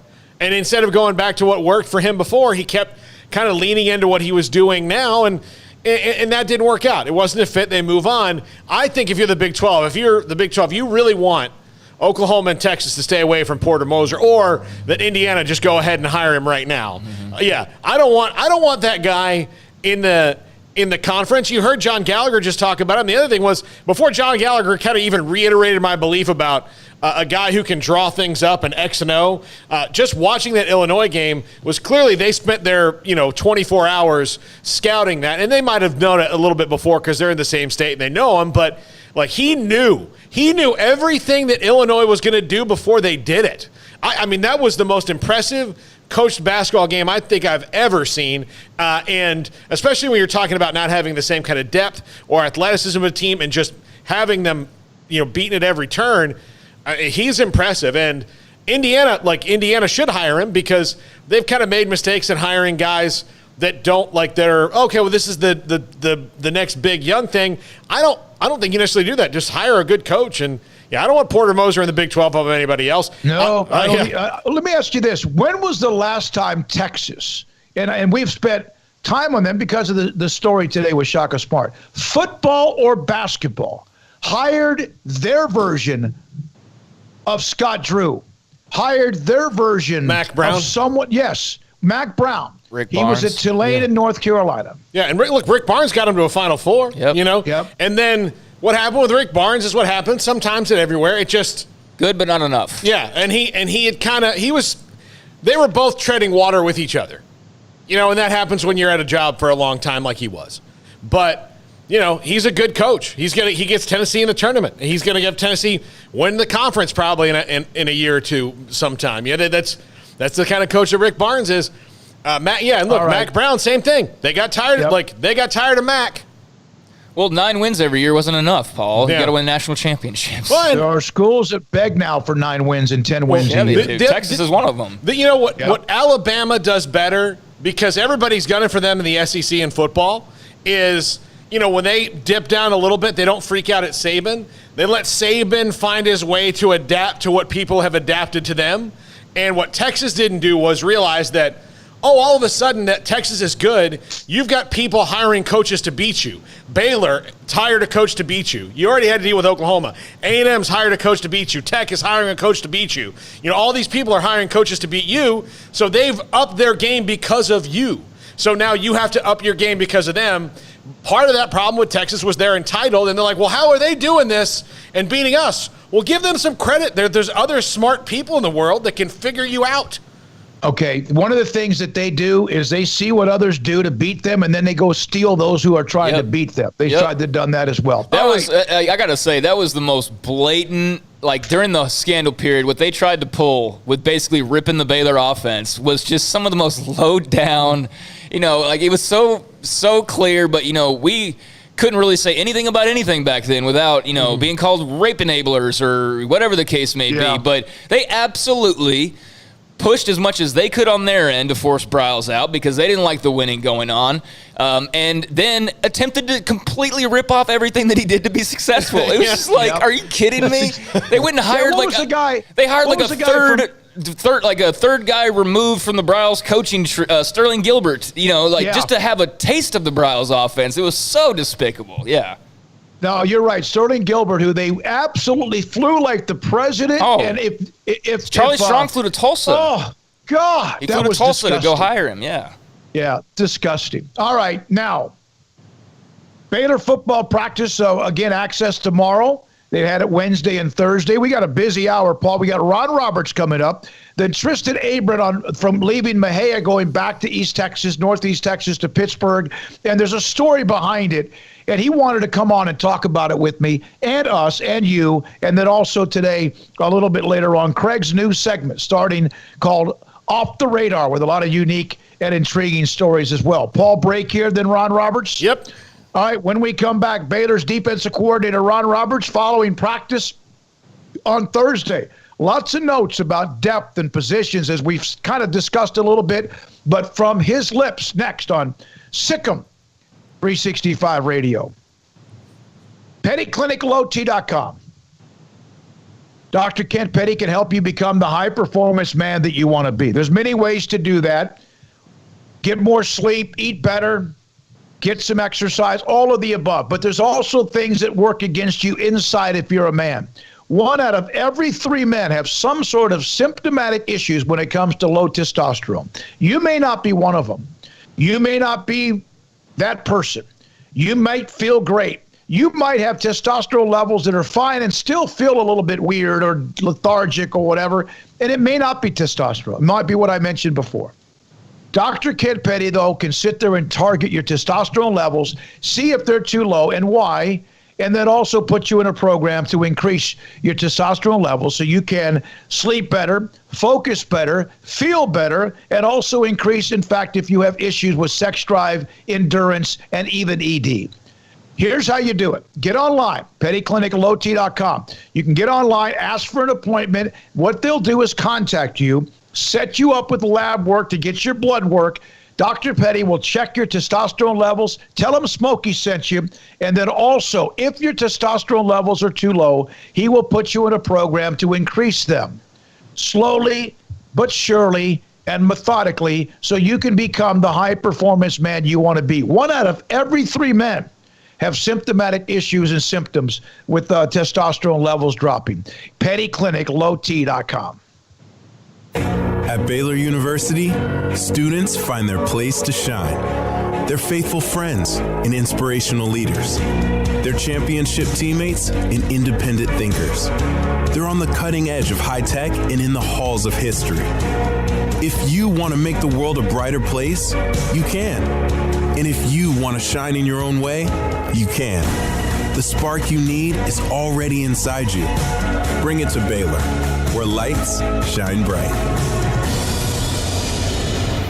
Boozers is the wedding ring store and more. If you're ready to get engaged or already married and want to upgrade your wife's ring for a special anniversary, Boozers is the place to go. With the largest selection of premier quality diamond engagement rings and wedding rings in Central Texas. They have 7 cases with over 300 styles of rings from top designers like Natalie Kay. Choose from yellow, white, or rose gold, plus beautiful top quality loose diamonds. With an in-house jeweler, they can also custom make anything you want. Bring in a picture or drawing and let Boozers create your one-of-a-kind pendant or ring. They can even use some of your old gold and diamond jewelry to create something new. At Boozers, you'll find a great selection of quality timepieces, and Boozers is the place for expert watch maintenance and repairs, too. They specialize in expert Rolex watch repair for fine jewelry, watches, custom work, and more. Go to Boozers on Valley Mills and Lake Air Drive in Waco. Boozers, the wedding ring store and more.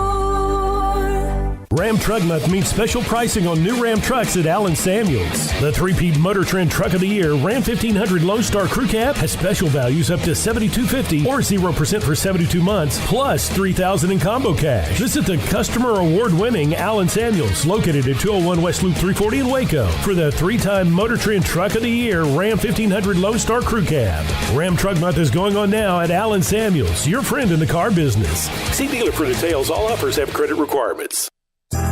Riverbend Liquor and Wine has their easy-to-access drive-thru open and convenient and clean in-store location on the corner of Lakeshore Drive and North 19th Street in Waco. Riverbend Liquor has the best and most extensive variety of craft beer selections in Waco, and Balcones whiskey, including single malt, pot still, baby blue, rye, brimstone, and the all-new lineage in stock. Riverbend Liquor and Wine, family-owned and operated, and a hidden gem in Waco on Lakeshore Drive and 19th Street. And find out more on Facebook and Instagram. Waco Regional Tennis and Fitness was built to help give you a chance to enjoy elite tennis facilities and also remain fit or reshape your body. Now Waco Regional Tennis and Fitness has gone through its own physical changes. There are 7 large flat screens stretched across the main and improved weight room with Wi-Fi available and their own app to enjoy news, business, weather, or sports channels. The beautiful sound of active treadmills and elliptical machines, group exercise classes throughout each day, a new ballet bar for bar classes, a new look lounge and bar with beer and wine with more large flat screens available. Touchless water fountains outside each spacious men's and women's locker rooms, showers, sauna, and whirlpool. Upgraded PA system throughout the world-class tennis courts and lessons for adults and juniors. I promise you'll look and feel better. You just need to walk through the front door. Also, Waco Regional Tennis and Fitness with personal trainers Christy London and Randall Corley. 40-plus group exercise classes, including twice-a-week boot camp. So start today, not tomorrow, at Waco Regional Tennis and Fitness on Lakeshore Drive in Waco. This is SicEm365 Radio. Text us at 254-339-1122. The SicEm365 Radio text line is sponsored by Riverbend Liquor and Wine, with the most extensive variety of craft beer in Waco. A hidden gem on Lakeshore Drive and 19th Street. We will hear from Ron Roberts here momentarily. Guys, I wanted to say this, and sometimes, you're going so fast you don't realize. Do you know that a year ago today, I know we've had these year ago, this wasn't even here, right? Where you are in the studio did not exist. That didn't exist until sometime in September. Jack and Armstrong were doing their thing. I didn't mean to mention Jack's name. We were planning whatever this dream was going to be. I'm in Indianapolis to cover Baylor Sweet 16. There was no Sweet 16. There was no tournament. Think about sometimes where and how far this has come in a year. Oh, it's been great. By the way, Soki, can you see the set? Yes. There we go. You called me out. There you go. Yes. Thank you.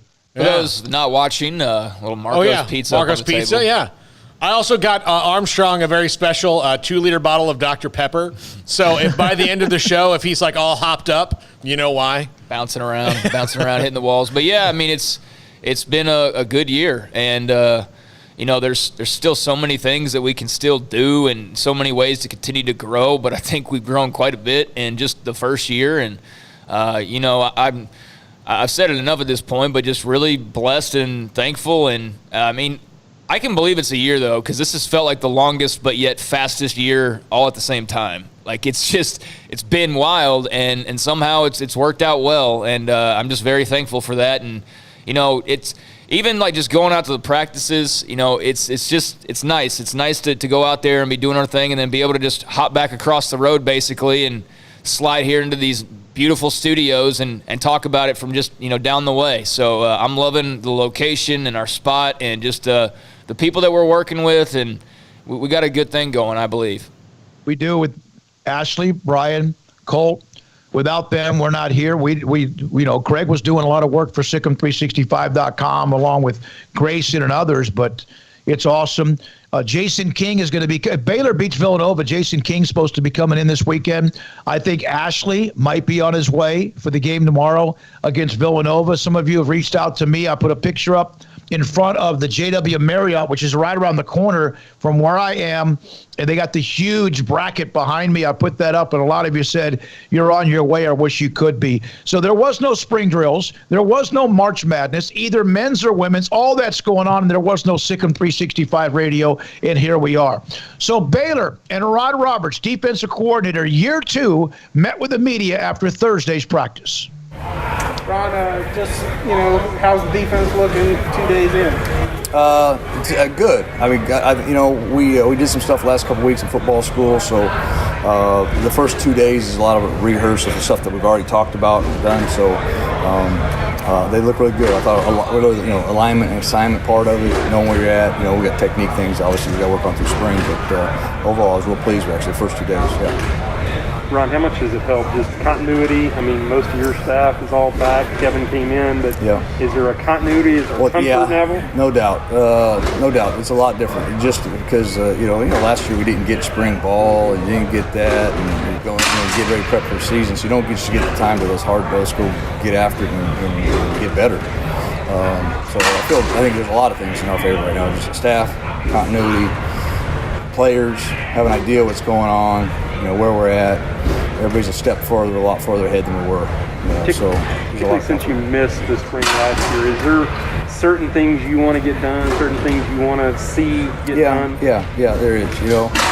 One thing you talk about that, I want just overall, you want them to feel more comfortable in the system. Players don't play really well until they're comfortable, and they can bend it back and go play loose, and their ability starts to show up. But the communication part, communicate. We say is that I want them to know where their help is in the defense. What's their job, or where's the help at in the defense? So how can I overplay some things? So that's a big part of it, just feeling comfortable knowing your assignments. And then the other one, as we get into this thing, it's about the energy we bring to the field. The mindset that we play. Day one I talked about them is that we got to have the mindset that we don't care where we play, what's the condition, what's going on. A two's out, somebody's out, whatever happened. You got tests, you got girlfriend problems. It don't matter. Spot the ball. Put it down. We're ready to play, and that needs to be our mentality. And I think we're edging towards that.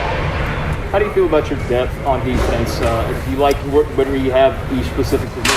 I feel real good. I mean, right now, I think we've got 22 guys that got pretty significant snaps last year. We lost one, and so as where we are on a comfort level, we're totally different night and day than it was. So on that part, so we can get to step 2, and we're talking about how we're doing things as opposed to what we're doing. I think we have a lot of depth in some places. Up front, we got more depth. We got more able bodies, linebackers as well. Safety, not as deep as we like. There's a couple guys. We still hope to move around. We may move some corners inside to create some depth there. We have some depth at corner, and probably whatever how it works out the next week. We're going to put a couple of them in there just to create some more depth for us. Yeah. Both Abram today and Jalen yesterday mentioned Miranda as a guy to watch. What does he bring to to the field? Yeah, he's a very talented young man. You know, he's very talented. He's young. This spring will be huge for him, really. You know, how much can he absorb mentally? You know, can he become a guy that can master his craft and know what he's supposed to do and take it to another level? It's one thing being talented; it's another thing to be a college football player. You mentioned the experience that you've brought back. How much does that help you as far as opening up your playbook a little bit more, trusting guys more? Can you just kind of talk about how helpful that is? Yeah, it's very helpful. Like I said, I feel like, you know, again, we're not starting from ground zero. You know, now we're here. You know, we're starting from whatever. At least we're starting at the 50-yard line. We're getting ready to move forward. So going a little more in depth, yes, and we're going to be able to get a little more comfortable with things and getting us in the right fits, the right situations, all across the board. We've got the experience. I think we've got some veterans back in the secondary. We've got veterans back at linebacker. A lot of guys that can understand what we're doing. They can put us in the right spot and make sure we're in the right situation, the right calls. So it's huge. Terrell's obviously not all the way back just yet, but we've seen him out here bouncing around. What is he capable of doing? How much are you seeing that leadership aspect grow from some of those older players? Yeah, I mean, there's, you know, I think everything you look at what's the benefits. You know, the benefits for the rest of the guys is it gives a chance for somebody else to step up. It gives some other guys to get some valuable reps. He could do a lot more. I mean, he's clear. But I'm to be honest, it's really no. I said it's really to us. I said there's no sense jeopardizing it. He needs. I would rather give him the next 4 months in the weight room and he feels really strong, he's healthy, and he's ready to go. So we're doing movement stuff, things like that with him. He's getting in walkthroughs, so communication. He knows where he's at, and his presence is still around. These guys hear him, and then besides that, we know what we've got. We know what we've got with him. It's an opportunity for us to develop more depth than other guys to get those opportunities to grow. Ron, everybody else is back. What does Kevin bring to this staff? He's got great energy. I think he's going to be a valuable recruiter, just the way he's a good person. You know, he's a quality person. Just him, I would think first. Him as a person, and then obviously just his ability to relate to players and do those things. He's going to be valuable. You feel good. You mentioned having depth in the defensive line. Do you feel good about the group you have up there? Yeah, I think we're right now. I mean, we're going in. We got 9 guys that'll be in the hunt. Some of them, it's going to take those 15 days to see how they going to get themselves in a situation where they can really contribute. But I think we're walking at this point in spring saying we got 9 guys that we have a shot to get in the can-do category, and so I feel comfortable with that. How nice was it to just hit the fields yesterday? It was good, man. I mean, it was like a sense of normalcy, just to get on the grass with these guys and meet with them. And, it's been huge. It's been fun. You know, we have a great attitude. Our players, which I've been saying since I get here, our kids are awesome. So they're real fun to coach. You know, they take it really well. Their effort, their attitude they bring every day, it's pretty awesome. Yesterday, Coach Aranda mentioned that during the offseason you were able to work on the connection between the coaches and the players, and then he saw that play out there on the field. Yeah. Would you agree with that? 100%. Yeah. COVID was a mess, man. You know, especially with the new staff coming in. You know, I can't talk to them. We can't see face to face. There's all these times you within the pandemic, so we came in basically. You really don't know them. So there was real tough on a relationship standpoint.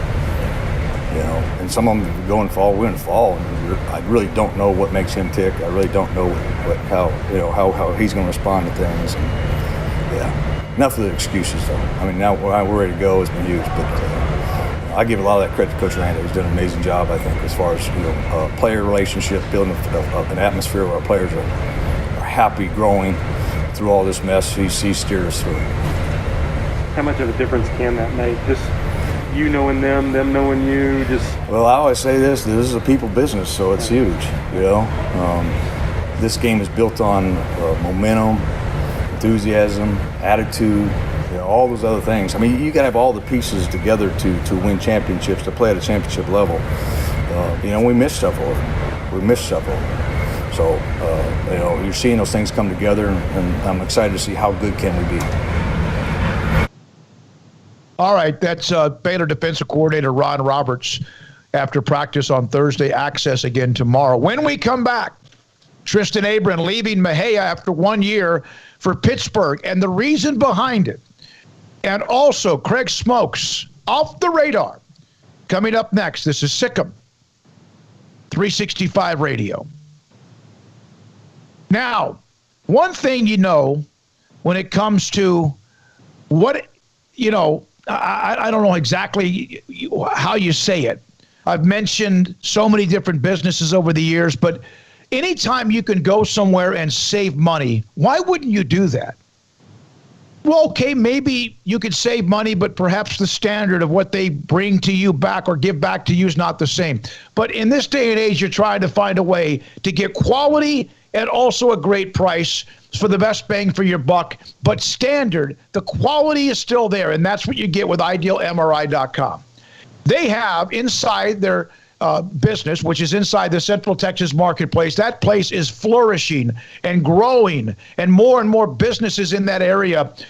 Ideal MRI has their business inside the Central Texas marketplace, just off of 35 and on the access road that gets to 340 and Highway 6. A state-of-the-art technology MRI machine that I have been inside of, that has taken pictures of my left shoulder, that has been able to give me information of maybe why it's weak or not strong enough, or sometimes there's pain. And then I was able to pass it along to my orthopedic surgeon in Dr. David Haynes at Southwest Sports Medicine and Orthopedics. Because Rob Maxey and Ideal MRI, Dr. Rob Maxey and Ideal MRI are saving you thousands, in some cases, of dollars. An MRI that on average is $1,100, $497 or less every single time. Not $1,800, not $1,200, not $850, $497 or less every single time. And Ideal MRI is right there for you inside the Central Texas marketplace. You can go online, set up an appointment. It's very simple. No long lines, no long waiting, no big waiting room with waiting upon waiting for others. It's you and them at IdealMRI.com. Let Camille Johnson Realtors guide you seamlessly through the process of buying your dream home or selling your current one. Commercial, farm and ranch, or residential, Camille Johnson Realtors can smoothly and successfully lead you through any transaction. With a team of 28 experienced agents who are excited about serving you, Camille Johnson Realtors services the entire greater Waco area. If you're in the market to buy or sell, contact Camille Johnson Realtors, 104 Midway Center in Woodway, or find them online at www.camillejohnson.com. Camille Johnson Realtors, elegant, charming, warm. Welcome home. After my first car accident, I feared the biggest damage would be to my wallet. I expected a mountain of bills and a long, drawn-out process. But my Texas Farm Bureau insurance agent was there when I needed her and helped me get back on my feet and in my car in no time. Instead of a hassle, I got reassurance and a quick recovery. Stop by and see our agents at one of our 3 McLennan County locations. Coverage and discounts are subject to qualifications and policy terms and may vary by situation. One size fits all. That may be all right for an adjustable belt or cheap sunglasses, but when it comes to your financial needs, no one wants a one-size-fits-all strategy. Ben Erlinson, your Edward Jones financial advisor, knows that his most important goals are yours. That's why he takes the time to understand your needs, knowing you. That's how Edward Jones makes sense of investing. Ben Erlinson, 100 North 6th Street in Waco, 254-759-8533. Edward Jones, member SIPC. Born in Waco, Brotherwell Brewing exists to serve the Central Texas community with locally crafted beer of the highest quality. They want to bring Central Texas closer to the brewing experience so everyone can enjoy well-made beer as much as they do. For 2.5 years, they've been bringing high-quality beer to Central Texas at their location on Bridge Street in East Waco. Brotherwell Brewing believes in community and bringing people together to enjoy products made in their community. So for your game day, whether it's a tailgate or at home, stop by Brotherwell Brewing for high-quality craft beer made right here in Central Texas, 400 East Bridge Street, and check them out online at brotherwell.com. Stepping into a new pair of boots is great, but stepping into the boots of a U.S. Army officer can also add confidence and leadership skills to your son or daughter's career path. There are more than 150 occupational specialties to help them find the best fit for their future. See all the things your son or daughter can achieve in our boots at GoArmy.com.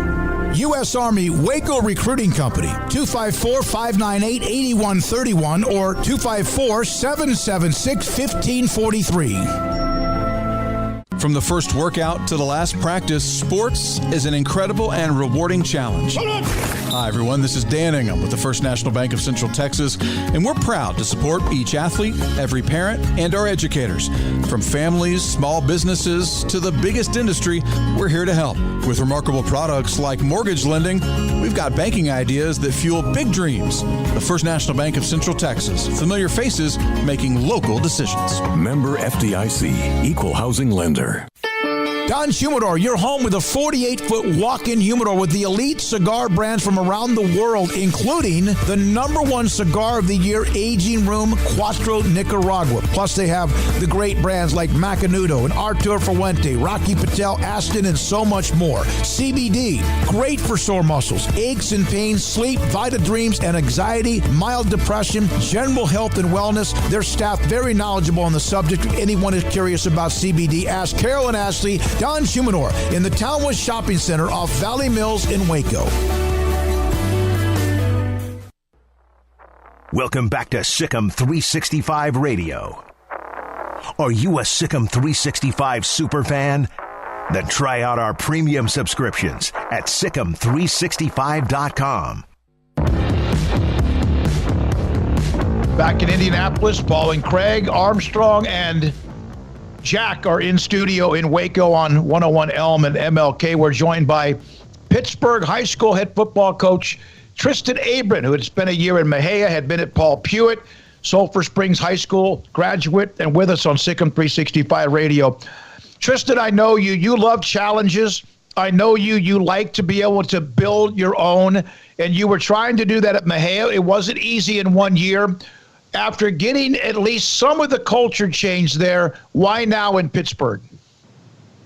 Well, first of all, I'd like to thank you guys for allowing me to come on and visit with you. But to answer your question, there are so many things that take place in people's lives that we try to keep behind closed doors, and you just put your head down every day and you just grind.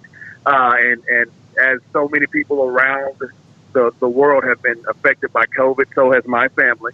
My father contracted COVID, and long story short, in the process of his struggle with the virus, he actually suffered a major stroke. Now, we're talking about a gentleman that 16 months ago was standing with me on the sideline in AT&T Stadium after Gunner just kicked our teeth in, but he had the biggest smile on his face because he was, proud and excited for an accomplishment by one of his sons. And, and then here we go a few months later, he contracts COVID, suffers a major stroke, and the 12 months, actually, that I have lived in Mexia, 8 of those months, my dad has been in a hospital bed in our home. And a lot of people don't know that. But he was in a hospital bed in our home. My wife had been his caretaker that entire time. So, I would get up, go to work every day, grinding, just, doing my thing, and I come home and do everything I could to help her out with taking care of my dad. Reasoning for that is my mother, who was an assistant principal in Sulphur Springs. I mean, the task at hand, she couldn't handle it on her own in the house by herself. So, with all those things being said, our motto, or one of our mottos, is Code Black. I got to be honest, I stole that from Greg Owens at Sulphur Springs. It's there, it's Code Blue. But it all has the same meaning, and it comes from the same values, which is God, family, team. And I believe that's the way in which we should live our lives. Every single day, everything that we do, we should honor God in everything that we do. And then right below that is honor your family. Make sure your family comes before anything else besides our Creator. So if I'm going to live by what I try to ask others to live by, I'm doing something that I feel is necessary for my family. And as we all know, we don't know how much time we have left on this earth.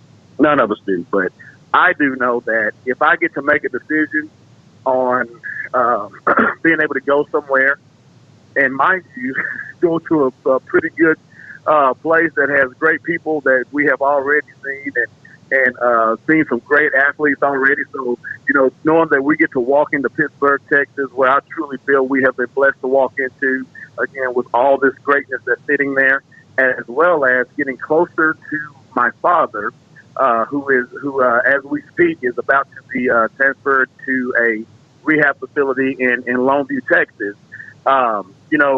I in my mind, our Creator is doing some marvelous things and allowing me to be able to be around my father, which is very important to me.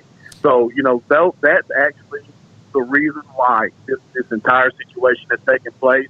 It was not our goal or our intention to leave Mahia, Texas, in such a short time. But, as you live life has a way of changing your priorities, and that is exactly what has happened. So, I know that people speculate and those keyboard heroes on Twitter and all that say whatever they're going to say, but you just heard the truth. And that's the reason why this is taking place. How is your father doing right now? He actually is doing much better. He's doing a lot better than he was about 10 days ago. It was really touch and go about 10 days ago.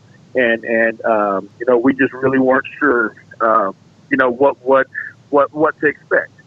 But within the past, 48, 32 hours, things have gotten so much better. And as I stated, he's being transferred to a rehab facility that is really designed to help with his needs that he has at the moment.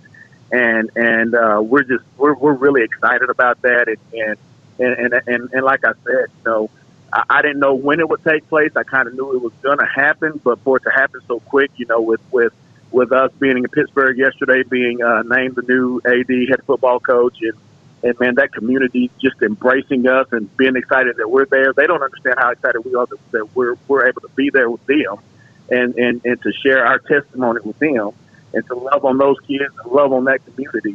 Our hope is that same love has been felt here in Mahia, just to be quite honest. Because there's so many things that were going in a great direction, and for me, I felt like the brakes were hit. So, you got to jump off ship. But I truly believe that the administration is gonna move and put the right person in place to just keep this thing going in the direction that it's going. Tristan, one final question. We know the history of Pittsburgh. I do. Maybe other than the 83 Dangerfield team, the 1980 Pittsburgh team, or Big Sandy in the 70s may have been the greatest single teams ever as far as what they did defensively. They have had an occasional 10-plus win season. Can you get them back to that? Are they still set up for that kind of success? I truly believe that they are. There's a lot of talent, man. I feel that I'm blessed because I'm walking into a situation where there's some great senior leadership that's coming back, and following right behind those guys is another great sophomore class, the freshman class, and then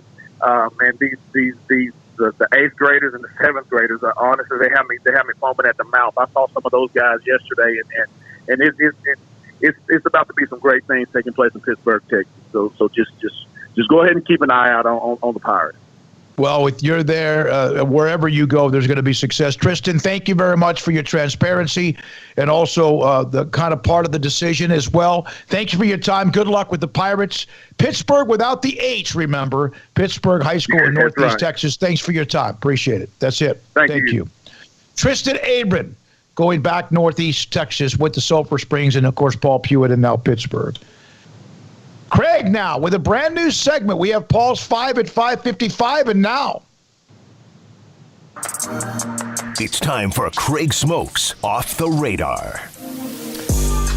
All right, so I'm going to be doing this a couple of times a week, and the idea here is that oftentimes, we'll roll through some headlines at the beginning of the show. We'll spend, a couple minutes on each story, but, there's a lot of stories nationally because we're so focused in on Baylor or the Big 12 that we don't really get to spend too much time on, and we're not going to spend too much time here on a lot of these things, but I thought I'd just roll out some stories of note and get your guys' thoughts on them that maybe we haven't discussed. And I'm going to start off with the big to-do in the Big 12 as far as a certain quarterback who has transferred this offseason goes. Chandler Morris, son of Chad Morris. He was a standout high school football player at Highland Park. He committed and then eventually signed with Oklahoma a year ago. after 1 year on Oklahoma's campus, Chandler Morris just kind of abruptly announces he's transferring to TCU.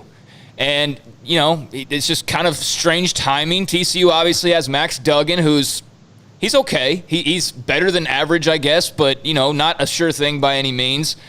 But Gary Patterson earlier this week, as they opened spring practices, was asked about Chandler Morris and his availability and let reporters know that Chandler Morris has not been cleared by Lincoln Riley and Oklahoma's football program, so he is not allowed to take part. Now, this happened a few years ago, you might remember. Austin Kendall at Oklahoma announced he was going to transfer to West Virginia because he just got, you know, he had Heisman winners in front of him constantly, and Lincoln Riley blocked his transfer, or at least as far as the immediate eligibility. Now, the NCAA stepped in. They eventually waived that. Austin Kendall got to play right away. That's likely what's going to happen here with Chandler Morris. Now, it'll be him and Duggan in this competition. I feel pretty confident in saying that they will get him cleared. But Lincoln Riley was asked about it and said that he just doesn't believe in interconference transferring. That's his thing. I was curious, what do you guys think about this? Is this pettiness by a guy who will go in and have Kyler Murray and Baker Mayfield and Jalen Hurts? And I know the scenarios aren't exactly the same, but he's benefited more than anybody from transfer quarterbacks. So how do you guys feel about Lincoln Riley's stance here? I don't think it's petty, Smokey. I think what, and maybe this is because I like Lincoln Riley too much to cast that aspersion on him. I think he is actually trying to get the discussion started about making this a final decision on the rule. He's going to lose because other conferences have already done this, and the Big 12 is not going to be the conference that's going to be like, well, no, we still have these old rules. Mm-hmm. You know, the ACC lets this happen. I think the SEC lets it happen, but the Big 12 is going to be old school. I think he's just trying to bring up the discussion about it, and he believes what he believes, and he's sticking to his guns. You know, yeah, he's benefited from the transfer rule, but Kyler Murray had to sit out, Baker had to sit out. So, you know, and Baker was in conference, and Kyler at that point wasn't. So right, yeah, Kyler, yeah, he was an SEC guy, and then sat out a year. Yeah, yeah. So again, you know, I don't think it's petty. Do you, Smokey? Well, it does seem to be somewhat hypocritical, but no, it's not petty. I think I do agree with you. I think he's trying to get the conversation. As much as coaches and programs at Oklahoma, especially among others, has benefited from transfers, and especially at that position. We have 3 guys coming in from Tennessee that all might start for them at some point this year. But he's going to lose the battle. But yes, interconference transfers, I don't care what anyone says, coaches get to leave, whatever. To me, it's dangerous. It's very dangerous. But yet Chris Beard could be Texas's basketball coach by the end of the month. Yeah. Right? So we don't know that. So he's going to lose. I'm not sure why he would die on this hill. At the same time, I do think he's just trying to say, hey, wait a minute, can we at least watch how we're doing this? And that's, yeah. Yeah, I mean, I agree with you guys. I think he's actually doing the right thing in the long run for college football, but it's not going to be popular because nowadays we just want the athletes to be able to do anything and everything they want whenever they want to. Yeah. And I'm not trying to say they don't deserve, you know, some freedoms outside of what, you know, the way it used to be, but I don't think that the inmates need to be running the asylum, and that feels like the direction that we're going. It feels like the players have more power than the coaches, and that's kind of weird to me. I think there should be a balance, but I don't know that I like where the balance is shifting at this point. Paul's a big movies fan. Mm-hmm. There is another sports movie that's going to be coming out here in the future. HBO has ordered an untitled series. Actually ordered it, you know, way back, but now some of the casting, or one of the castings has come out. How much interest do you guys have on a show about the 1980s Los Angeles Lakers? I actually do. You do? Yeah, I mean, especially by HBO too. Especially given some of the stuff that came out of that. I mean, look, Magic Johnson got AIDS in the 80s, you know, and in 1991, you know, retired from basketball because of it. Like, if this is going to be, you know, yeah. Look, here's the other reason I like this idea. If they do this and it's successful, that means they can also do an HBO series on Boys Will Be Boys. And we can find out about the 90s Cowboys. I'll executive produce that one. Yeah, that would be good. The Cowboys are definitely in need. Do you have any interest in a series about the Los Angeles Lakers back in their Showtime days?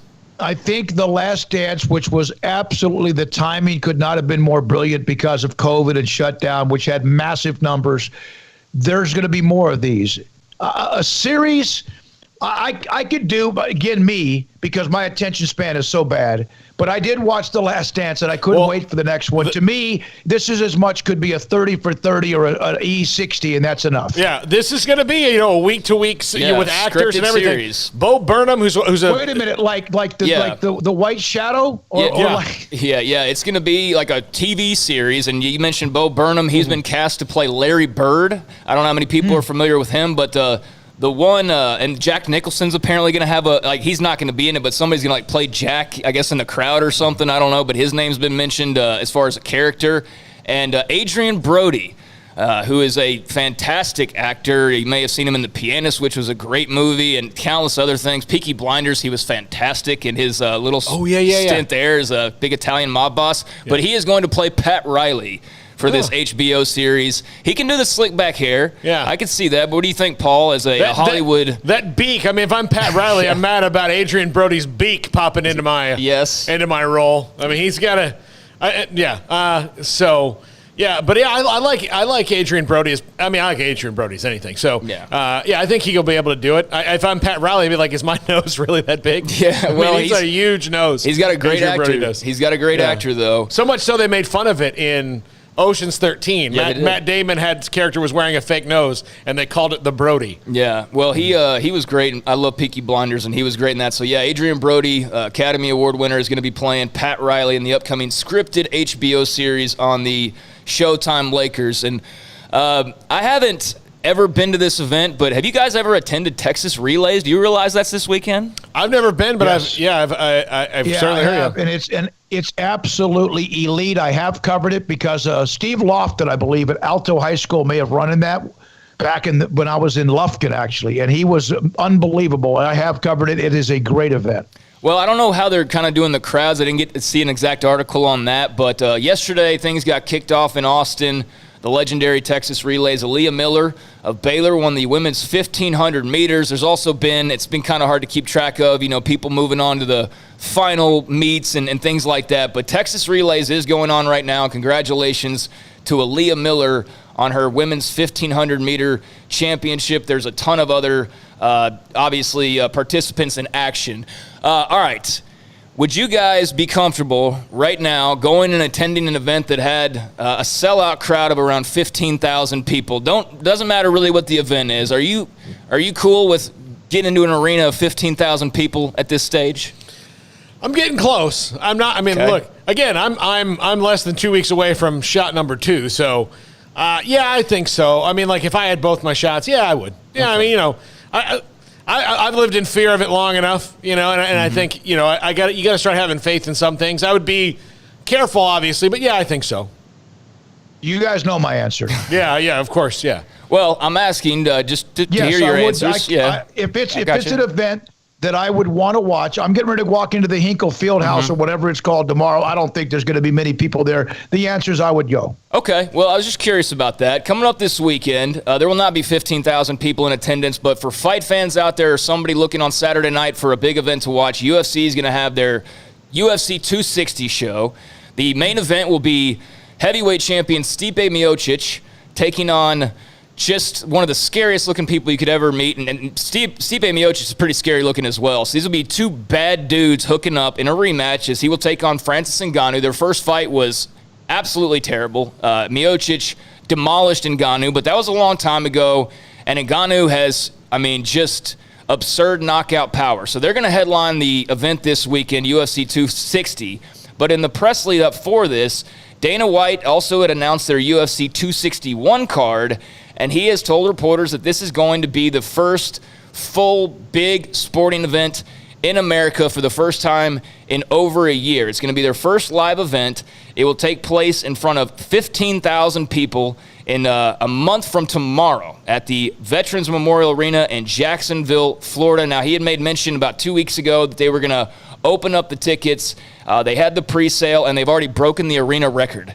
So UFC 261 next month, a month from tomorrow, will be the first sold-out sporting event in well over a year. So I just thought that was of interest, and it'll be interesting to see how that goes with 15,000 people expected to pack that in. So those are just some of the stories that we maybe haven't touched on or a little bit off the radar. I think it's great. Paul's 5 at 5:55 every day, and we'll start. I'm not so sure we don't do that more than just twice a week. I love it because I love to be able to kind of have something else thrown in my direction where I can pick it up, run with it. Thanks for the time, Craig. Again, I love it. Paul, 5:55 coming up today later on. I know we got King McClure next. What's it about today? It's Fun Friday. So in honor of the Mighty Ducks television series, which has apparently come out today, Mighty Ducks I don't Game know how Changers. I feel about that, I don't know. honestly. But I decided, look, if people are going to watch the Mighty Ducks Game Changers, I give them top 5 hockey movies. Jack is indignant that my number 1 isn't what he thinks it should be, but he clearly hasn't seen the number 1, and the actor who stars in it is great in everything he does. Who said that? Jack. Oh, yeah. You don't know him. I don't know who that is. How do we come back? Well, go ahead. I was just going to say, how do you make the Mighty Ducks the bad guys? They're the bad guys. I read the synopsis and I watched the first 5 minutes. We won't today. be able to discuss it enough if we don't break. Yeah. All right. Look at this. Who's breaking? I'm so proud. I know we got to go, but one thing. I'm just kidding. That's what you always say. I know you got to go, but one more question or 5. Yeah. Did I hear someone in the background besides Armstrong chuckle? It's a ghost. It's a ghost. It's a ghost. I never thought that he would be the one that would turn on me. It's a guy named Jacques. King McClure French next. guy. And then Lauren Cox of the Indiana Fever. SicEm365 Radio. Alan Samuels, Dodge Chrysler Jeep Ram Fiat. Come by, let's be friends. Ram Truck Month throughout the month of March. Ram Truck Month, a 3-peat Motor Trend Truck of the Year back-to-back-to-back years, and the new 2021 Ram 1500 Lone Star Crew Cab. Values up to $7,000 or 0% financing for 84 months. And the Dodge Performance Days continues, including the 2020 Chrysler 300 Touring, $6,250.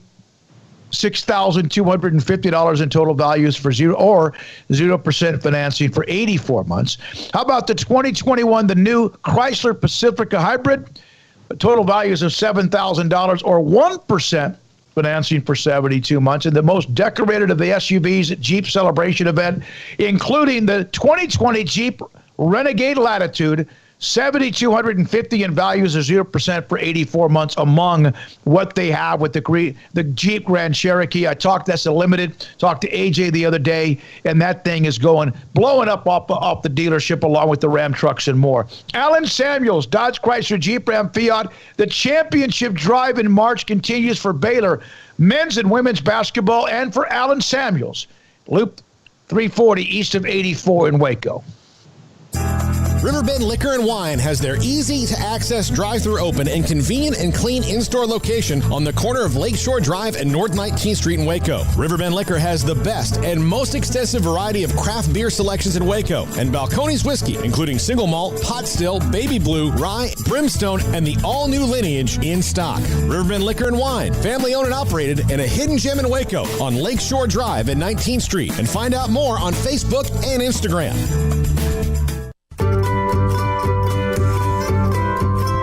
You want to know why Stonewood Dental is so successful? Listen to what happy customers have to say. It's pleasant. It's different than any other dentist office. I really feel like they care. And it's not that you're here for 2 hours waiting on someone to take care of you. It's quick and easy, and I bring my kids, and my kids love being here too. They really love the treasure box. Staff is really nice and accommodating, real friendly. You feel more like home. It's not sterile looking. Everybody has their own personalized rooms with decorations and decor, and they'll even have a blanket for you when it's cold. I've recommended people to actually come here, and they are patients now. I really love it here. It feels like family. Learn more, stonewood-dental.com.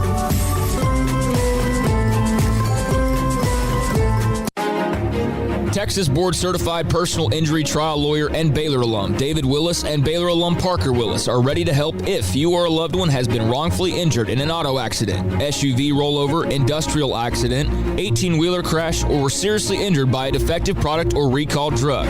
Call them for a confidential and free case consultation at 1-800-GOT-HURT or visit them at texastriallawyer.com, principal office in Houston, Texas. At Ideal MRI, we feel blessed to be part of the Waco community. We're a small family business here in Central Texas. At times like this, the cost of healthcare has never been more important. And unfortunately, significant illnesses and injuries still occur. And that's why Ideal MRI is open and here to serve you through this difficult time. So if you need an MRI, ask your doctor about Ideal MRI. You can schedule online in minutes at idealmri.com or call 833-IDEAL-MRI.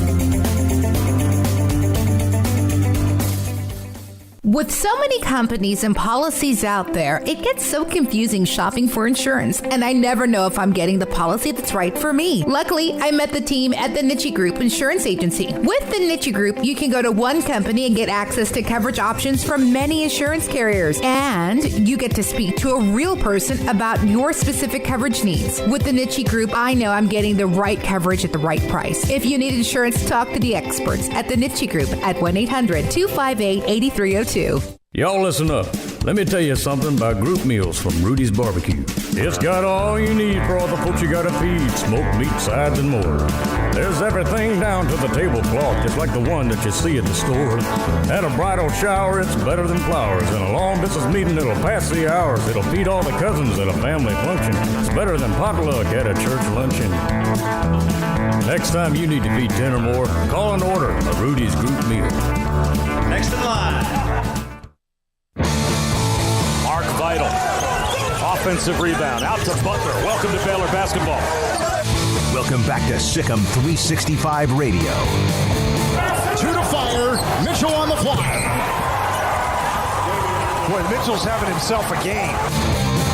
Our coverage of the NCAA Tourney in Indianapolis is brought to you by IdealMRI.com, Southwest Sports Medicine and Orthopedics, Allen Samuels Dodge Chrysler Jeep Ram Fiat, Marco's Pizza, U.S. Army Waco Recruiting Company, Willis Law Firm, Richard Carr Buick GMC Cadillac, First National Bank of Central Texas, The Niche Group. He averages 8. He has a nice spinning move right there. Meyer has been terrific with 15 points, 5 of 10. The 5 o'clock hour is sponsored by Edward Jones Investments with financial advisor Tom Albers, staying in touch with you and your money through these difficult and changing times. Edward Jones, making sense of investing. Trice pickpocketed by Mitchell. In the blink of an eye, they go the other way. Butler converts. Now we go live to coverage of the NCAA men's tournament in Indianapolis. Here's David Smoak, Paul Catalina, and Craig Smoak. All right, inside Indianapolis near the NCAA bubble. I'll be at the Hinkle Fieldhouse tomorrow for Baylor Villanova. And we're now joined, Craig and Paul are in the studio at 101 Elm in Waco. King McClure, ESPN college basketball analyst, former Baylor guard as well on SicEm365 Radio. So, King, your thoughts. Baylor, are they primed? You have a team that's won 2 of the last 4. Villanova, to me, is tough as nails, even without Gillespie. Is Baylor now ready to beat one of the elite to get to the next level? Yeah, I mean, I think this would be a great test for the Bears. I mean, when you look at Villanova, like you said, there's no Gillespie, but they're still tough as nails. Those guys play basketball the right way. Jay Wright is an amazing coach. They really defend. They're really talented. 1 through 5, they have guys who can get it off the bounce. Jeremiah Robinson-Earl is an elite talent that we could potentially see on the next level. I think this would be a great test for the Bears. And I think if they do prevail and win this game, I think they have a straight shot, easy shot to the final 4, definitely a championship. Because I think this is might be the hardest test that they have until the championship. Do you think Villanova's going to throw a lot of zone at them? Potentially it could, because Villanova is kind of long. But what I would imagine is I feel like Jeremiah Robinson-Earl is a good enough defender where he can step out and guard the guards, which I don't think he can really guard our guards. They probably think that he can guard our guards. So I expect them to maybe throw a little zone, but really primarily switch 1 through 5 to try to eliminate some of the pick and rolls, lobs that we throw, and the tags to eliminate some of the tagging on the pick and rolls. So I expect them to switch 1 through 5. King, what does this week do for the team? I mean, they, obviously were up and down. Coming out of the Big 12 tournament, they were a little down, then they're back up, and they're obviously up right now. Is it good timing to have this little bit of a break? And what do you think they're kind of working on? Yeah, I mean, I think right now it's just not getting too high because, you played Hartford and Wisconsin. Wisconsin is decent, but they're not really, really good. So you really haven't done much yet. I mean, it's good to be in the Sweet 16, but you haven't done much yet. You can't get too high right now. You have to stay evenly killed, stay calm, get mentally prepared, mentally locked in for Villanova because they're good. And I think that's the biggest thing right now. Just staying mentally locked in, make sure your bodies are rested, and you're ready to go when it tips off. We know about the defense and the rotations, what the guards are doing, but it does seem as if Jonathan Tchamwa has his energy back. Obviously, Matthew Meyer seems to be back as that guy that could be the difference maker as well, and Flagler's hitting some shots. Do you see the defense, not flawless, but do you see what you saw before the break in the pause after beating Texas? Yeah, I mean, the defense is back to where we saw it was at the beginning of the year. I mean, the way that they were really getting after Wisconsin, really getting in them, making it hard for them to even get good shots, get good attempts up. That was super impressive. I mean, that defense was phenomenal. And that right there, if that can carry over, I think that can help them win this ball game tomorrow. But their defense was second to none. Matthew Meyer continues to take steps, in that direction.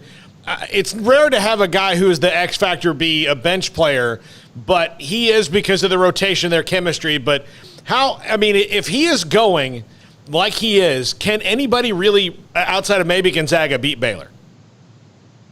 I don't think so. I mean, I think Matthew Meyer is like you said, he plays a pivotal role with this program, with this team, just because his ability to score. And the fact that he's 6'9" makes it so hard and so difficult to game plan for because he can really play 1 through the 4. So he's basically a mismatch, a walking mismatch that can score from all different positions on the court. And he's instant offense and he can heat up really, really quick. But then you look at the rest of our players and you're like, dang, a dude like that is like the 6th man that you're worried about right now. You're worried about 6 other dudes before him. So that's just a luxury that the Baylor team has. So when he's going, I don't know if any other team outside of maybe Gonzaga can beat Baylor. King, just an off-Baylor topic question. The big news in college basketball today, Shaka Smart leaving Texas. He's just here in the last 5 minutes been officially announced. It was reported earlier, but now Marquette has officially announced the hire of Shaka Smart. Your thoughts on Texas opening up and obviously Shaka making the move to Marquette? Now, I think it was great for both parties. Reason why I think Shaka Smart, his style of basketball, the way he wanted to play, was not the style that Texas needed. Because when you look at programs like Texas, they want to get the McDonald's All-Americans. They want to get the kids that are highly ranked, highly recruited kids. McDonald's All-Americans don't want to press and play the way Shaka Smart wants to play. They want to score the ball. They want to play on offense. They want to get to the NBA 1 year and be done. So I think it was mutually good for both parties because now Shaka Smart can go to Marquette, not necessarily get the McDonald's All-Americans, but get those kids that want to play that style with a chip on their shoulder, that want to press, that really want to get after you defensively. And now he can do that at Marquette. Yeah, it's a great fit for him, I believe, as well. King, in your opinion, we've had a former Oral Roberts player on to talk about their run they've made. We've had others on about the runs they've made. And I know that Baylor has been building for this for a long time. But can you try to put into words what this means to former players and what it means, do you think, to the elite part of what Baylor basketball has wanted for so long? Yeah, I mean, this is huge, to be honest. Like, just have a team do what they're doing. And just me being a former player, and just going through everything we went through as far as trying to lay the foundation down one step at a time, like helping those guys like Maceo and Davion really succeed in practice, in shoot-arounds, just outside of practice, playing one-on-one with those guys at 2 in the morning, really just competing. And now you see those guys be future draft picks and just seeing all the success that they're having. I mean, it's huge. It means a lot because it's kind of like a family in the sense because that's your family. You always want to see your family do well. So it means a lot for me personally, and I know for a lot of other players I've talked to, they could say the same thing. So if you never had to really do this for a week, I know you guys took trips, but you got to go places, when you were on the trips. But if you were picking a coaching staff to be pretty much stuck in a hotel room or kind of outside of the weight room, this is a pretty good one to be stuck with, right? Yeah, Coach Drew always has a fun way of doing things. I mean, he's always doing something. One time, we were in the gym, and Coach Charlie's our strength coach. He's super fun too, super great guy. I don't know why we did this. We played capture the flag with Nerf guns. Oh, cool! And it was probably one of the most fun things ever because it was all around the field. So we divided up into two teams, and we literally got to hide our flag anywhere in the field center, like anywhere in the offices, in the arena, wherever. And you got shot with a Nerf gun, you had to freeze until your teammates unfroze you. And that was probably one of the funnest things, one of the most fun things we've ever done. We played dodgeball against the staff before, and that was fun. You got to take your anger out. Any coach that made you mad that week. We played medicine ball with the medicine volleyball with the weighted balls, the 10-pound balls, and have to throw it back and forth. Like I don't know why, but they just have a good, I don't know, like great personalities and just great. Like they're really good at like getting having fun and just being kind of in a sense, kind of like childish in a sense. Because it's kind of what it is. Like just come up with different ways to have fun. But yeah, this is definitely the staff to do it with.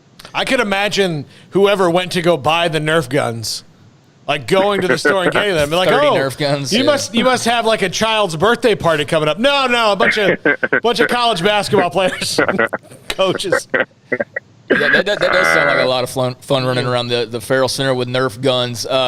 King, as far as the rest of the tournament goes, I mean, obviously, also tomorrow we're going to see, Oregon State and Loyola. I mean, there's a 12-8 in the Sweet 16. There's a 12-8 matchup. We got an 11 seed, a 15 seed. I mean, it's kind of crazy how it's worked out, but are there a couple of games maybe in particular that you have your eye on, a couple matchups that are outside of Baylor with the tournament this weekend? Yeah, I mean, tomorrow, that Oral Roberts game, probably the game. I'm probably only watching two games, to be honest, the Baylor game and the Oral Roberts game.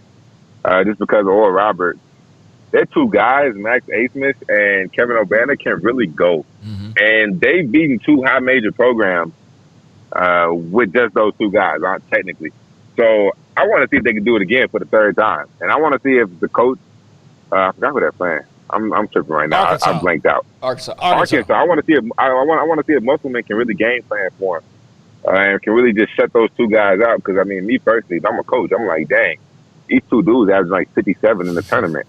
These two dudes are not scoring on me. Like I'm literally crossing them out, and anybody else has to score. But I want to see if Musselman can stop them. And because Arkansas is not really known for their defense, they're really known for their offense. So it'll be interesting. That'll be an interesting matchup. And the other one is that Florida State-Michigan game. I think that might be the best game of the whole weekend, of the whole Sweet 16, because Florida State is really, really talented. They have a chance to really be good. And Michigan, Michigan does. They're missing Isaiah Livers, so should be a good matchup.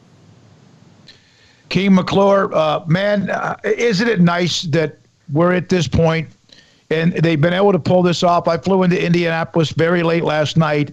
How much, other than the obvious, would you love to be playing tomorrow in a Sweet 16 game? You've been there before, but playing tomorrow with this team.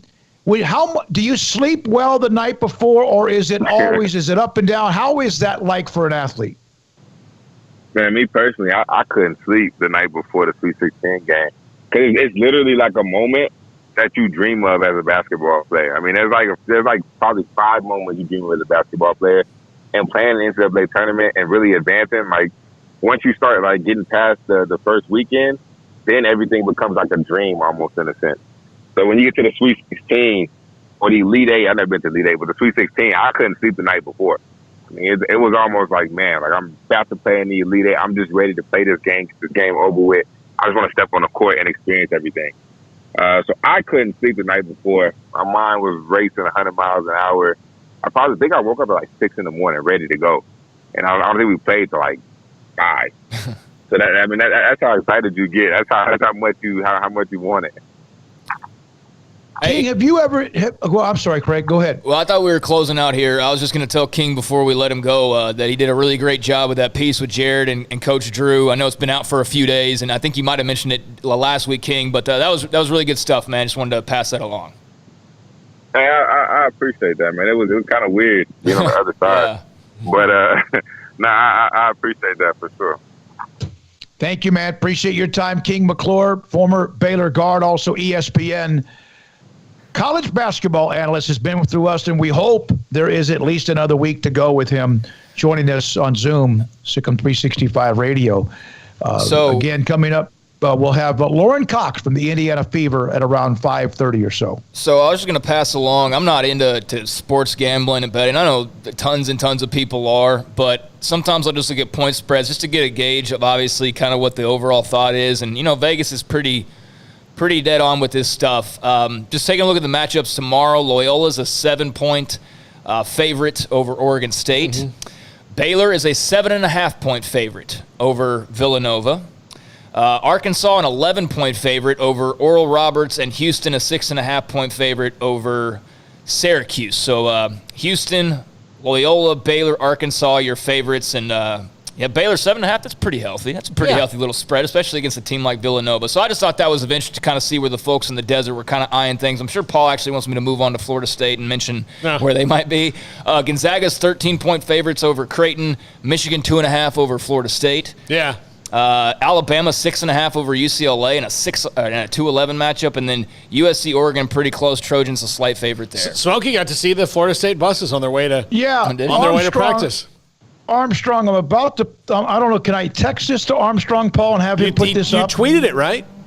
Yeah, I did, but I've tweeted a lot of segments that are coming up. Armstrong, if you could go back, it would be around, I don't know what time it is because I'm on Eastern time. Probably here about in Indianapolis. 3 o'clock or so today. Yeah, somewhere around 2 or 3 Eastern. There's a picture of some buses. I was walking from where I'm staying around the corner where there's the JW Marriott, which is a massive hotel, which is one of the main hotels. That's the one where you see the massive bracket on the front. And you see brackets everywhere, but that's the one where you're seeing a lot of players or others take pictures over their shoulder with the bracket on the hotel, face of the hotel. And Baylor, of course, has moved into the Sweet 16. And as I was walking back to the hotel, I heard the escort of police officers on motorcycles. You know that, whoop, whoop, and then they, the escort. And so here come 3 buses, and I go, okay, it's one of 16 teams. My chances of it being Baylor were probably, I don't know. I saw a picture from Alvin Brooks that was him sitting inside Hinkle Fieldhouse that we had on yesterday as he was watching practice. And I don't know who it is. Well, Paul Catalina had asked me one favor. If you go to Indianapolis, will you just make sure Florida State stays safe and sound for their game with Michigan? I really need them to get past the Sweet 16. I mean, I know they got to the Elite Eight a couple years ago, but they lost to flipping Michigan. So there's some vengeance here. That's who they would play again, right? That's who they played. That's who they play this weekend. Yeah. So and then they'd have to beat Alabama or whoever Alabama plays. UCLA. So look, and hey, if Florida State can beat Michigan and Alabama in one sport because they couldn't beat them in either football or basketball right now. And that's saying a lot considering Michigan's football team is hot, stinky garbage. All right, so Armstrong, if you could find that tweet. He already did. I wish I could. It's already been played. It's already been played. He put it up. How come I couldn't see it? I can't answer you there. That's interesting. I couldn't. Okay, you that's don't, good. You don't see the feed. You don't see the feed. You just see them. Okay, good. Now, speaking of odds, and then Lauren Cox. How about Bob Sturm of the Ticket in Dallas? I just happened to see this pop up on my timeline because I follow him. He does a great job breaking down the Cowboys. When will Ever Given be declared unstuck in the Suez Canal? What are the odds? Listen to this. Before April 5th, minus 115. After April 5th, minus 115. Will Ever Given ever reach the Mediterranean? The same odds before April the 7th and after April the 7th. Will it ever reach the port of Rotterdam? The same odds before or after April 17th. And then this one, Will any containers be removed from the Ever Given? Yes, plus 155. No, minus 220. Oh, well, the yes is an easy answer because that's what they're going to have to do. They're not going to have any other choice, so that's an easy one. Yeah, that's a big old mess, and I would hate to be the captain of that ship. I know that there was a sandstorm and there was like bad weather, and if you look at an overhead shot of that canal, it's not the biggest, widest thing in the world. Like, no. It's pretty tight quarters, especially for a ship that size. But my gosh, you talk about like had a bad day, kind of moment. I'm trying to see running that damn ship. I'm trying to see if they have any up to the moment. No, like 4 hours ago. The last I saw was their efforts to get it a little bit unstuck today failed. So they're going to have to just keep going back to the drawing board, but they didn't seem to have made. Didn't seem that they made any progress today. It kind of reminded me of Austin Powers when he was in there's a scene in the first Austin Powers movie where he like gets in a golf cart and it gets like he somehow gets it stuck between the two walls. It's going back and forth. Back and forth. Yeah, I mean. There's a picture of a crane sitting on the edge of the Suez Canal. That's from yesterday. This is a massive tanker, and it's got a crane who's trying to dig away one little pile of dirt or mud after another to get this thing loose from the edge. It's crazy. Yeah, there was a lot of jokes about that yesterday because of what you just said. It's a giant ship, and there's one little, truck trying to, I guess, unclog it as best they can, but apparently it's absolutely been ruled out of the equation. Yeah, there's the Austin Powers clip. Oh, yeah. What's the... Keeps trying to get out of that spot. So somebody else on Twitter had that idea, I guess. Yeah, but apparently the idea of even trying to, like, lift it or tow it is completely out of the question because it's just far, far too heavy. So they're going to have to take the containers off, which I can't imagine how much time that's going to take. But imagine being on the boat stuck behind this dude. Like, imagine just you're on your merry way, and now you're stuck in the Panama Canal for possibly days. It's already been days. It's going to be more days. That's a nightmare. Here's the other thing, and I know this is the dark side of this. A lot of times on those container ships, people inside those containers? There's people, there's other, drugs. Or there's drugs, there's some shady people that are really mad about this now. Not that I'm on their side. I'm just saying that this is... Oh, yeah, and there's a lot of, Chinese synthetic heroin that's probably on that thing. I mean, let's be honest about it. I'm not, sugarcoat it. But, yeah, there's a lot of nefarious stuff that goes through the mailing system or what have you. And I would just hate to be somebody that ordered something and you're waiting on it. And you're like, there's your package. It's on this boat that's stuck in the Panama Canal right now that you may never see. It's insane. 12% of the global trade runs through the Suez Canal. On Friday, 237 vessels, including oil tankers and dozens of container ships waiting to transit the canal. When we come back, Lauren Cox of the Indiana Fever, her thoughts about the Lady Bears and maybe how they have obviously gotten better in the last month or two as they get ready for Michigan tomorrow. This is SicEm365 Radio. Southwest Sports Medicine and Orthopedics, the team physician of Baylor Athletics. Our doctors specialize in the diagnosis and treatment of any and all sports-related injuries, celebrating over a decade of service in Central Texas. Our doctors are equipped to handle a wide range of issues, whether it's your foot or ankle, orthopedic spine care, your hand or wrist, knee and shoulder pain, or if you're in need of our arthritis or total joint clinic. Come see us at the new Baylor Scott and White Ted and Sue Getterman Sports and Orthopedic Center. Trust the doctors at Baylor Trust, Southwest Sports Medicine and Orthopedics. Our goal is to get you back in the game. Qualified buyer, see dealer for details. The anniversary sales event is happening now at Richard Car. 22 years in Central Texas is worth celebrating with big savings on all cars and trucks. Savings like $3,500 off a 2021 Buick Envision or Buick Encore GX. Save $6,000 off a 2021 Buick Enclave. Save $6,500 off a 2021 GMC Train or GMC Acadia. Come by for prize giveaways and deep anniversary discounts on every car or truck on the lot. It's the anniversary sales event going on now at Richard Car. At Richard Car, we give you more. Let Camille Johnson Realtors guide you seamlessly through the process of buying your dream home or selling your current one. Commercial, farm and ranch, or residential, Camille Johnson Realtors can smoothly and successfully lead you through any transaction. With a team of 28 experienced agents who are excited about serving you, Camille Johnson Realtors services the entire greater Waco area. If you're in the market to buy or sell, contact Camille Johnson Realtors, 104 Midway Center in Woodway, or find them online at www.camillejohnson.com. Camille Johnson Realtors, elegant, charming, warm welcome home. Did you know that 1 out of every 4 men have symptomatic low levels of testosterone and don't even know it? And if you think you're too young to worry about it, guess again. Low T levels can make you feel tired and grumpy, cause weight gain, and wreak havoc on your sexual desire and performance. Petty Clinic Low T can set up same-day blood screening and results, so if you're tired of being tired, I challenge you to man up and Google search Low T Waco or go online pettycliniclowt.com. It's a private clinic with an atmosphere catering to men. Affordable, only $150 a month, includes lab work, office consultation, testosterone injections, follow-up visits compared to $395 a month in Dallas or Austin, and you don't have to fight the traffic. Petty Clinic Low T has board-certified physician consultations, will provide the best form of brand-strength testosterone available. Contact Petty Clinic Low T today, just off Highway 84 and Old Hewitt Drive in Woodway. Petty Clinic Low T, helping men become the high-performance men they deserve to be. PettyClinicLowT.com or Google search Low T Waco.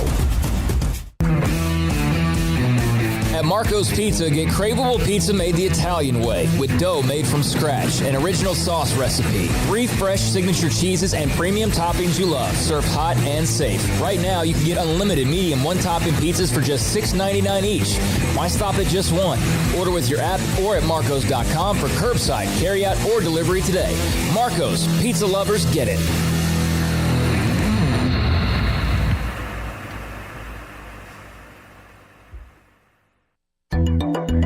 It takes time to reach goals. It's a truth that applies to more than sports. It goes for your financial goals as well. You work hard for your money, and you deserve an investment strategy that lines up with your game plan. And Tom Albers, your Edward Jones financial advisor, can help. If your financial investments aren't putting forth the effort you desire, stop by today for a financial review. Tom Albers, 4301 Lakeshore Drive, 254-776-7605. Edward Jones, member SIPC.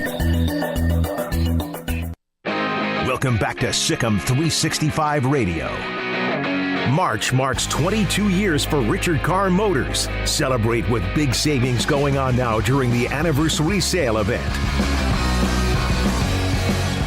All right, here we go, this 5 o'clock hour. Paul's 5 at 5:55. We have been on a whirlwind of numerous guests covering everything we've heard as well from every possible part of Baylor, from football, basketball, women's basketball, men's basketball, and now Lauren Cox, former Baylor national champion and All-American with the Indiana Fever, joins us as I'm in Indianapolis as the Sweet 16 in San Antonio for the women and the men here in Indianapolis. Lauren, first of all, just how you been? What's going on? What's the timeline right now with the WNBA? I've been good. I'm here in Indy. Well, not currently in Indy. I'm actually in Columbus, watching my sister play in the D2 national championship. But yeah, I've been in Indy for the month of March, working out, just trying to get ready for the season. Hopefully we have a normal season. We haven't heard much as far as dates go, but we're hoping for a normal season where we get to have fans and get to travel and stuff. Yeah, you don't want to be in the bubble again, do you? No.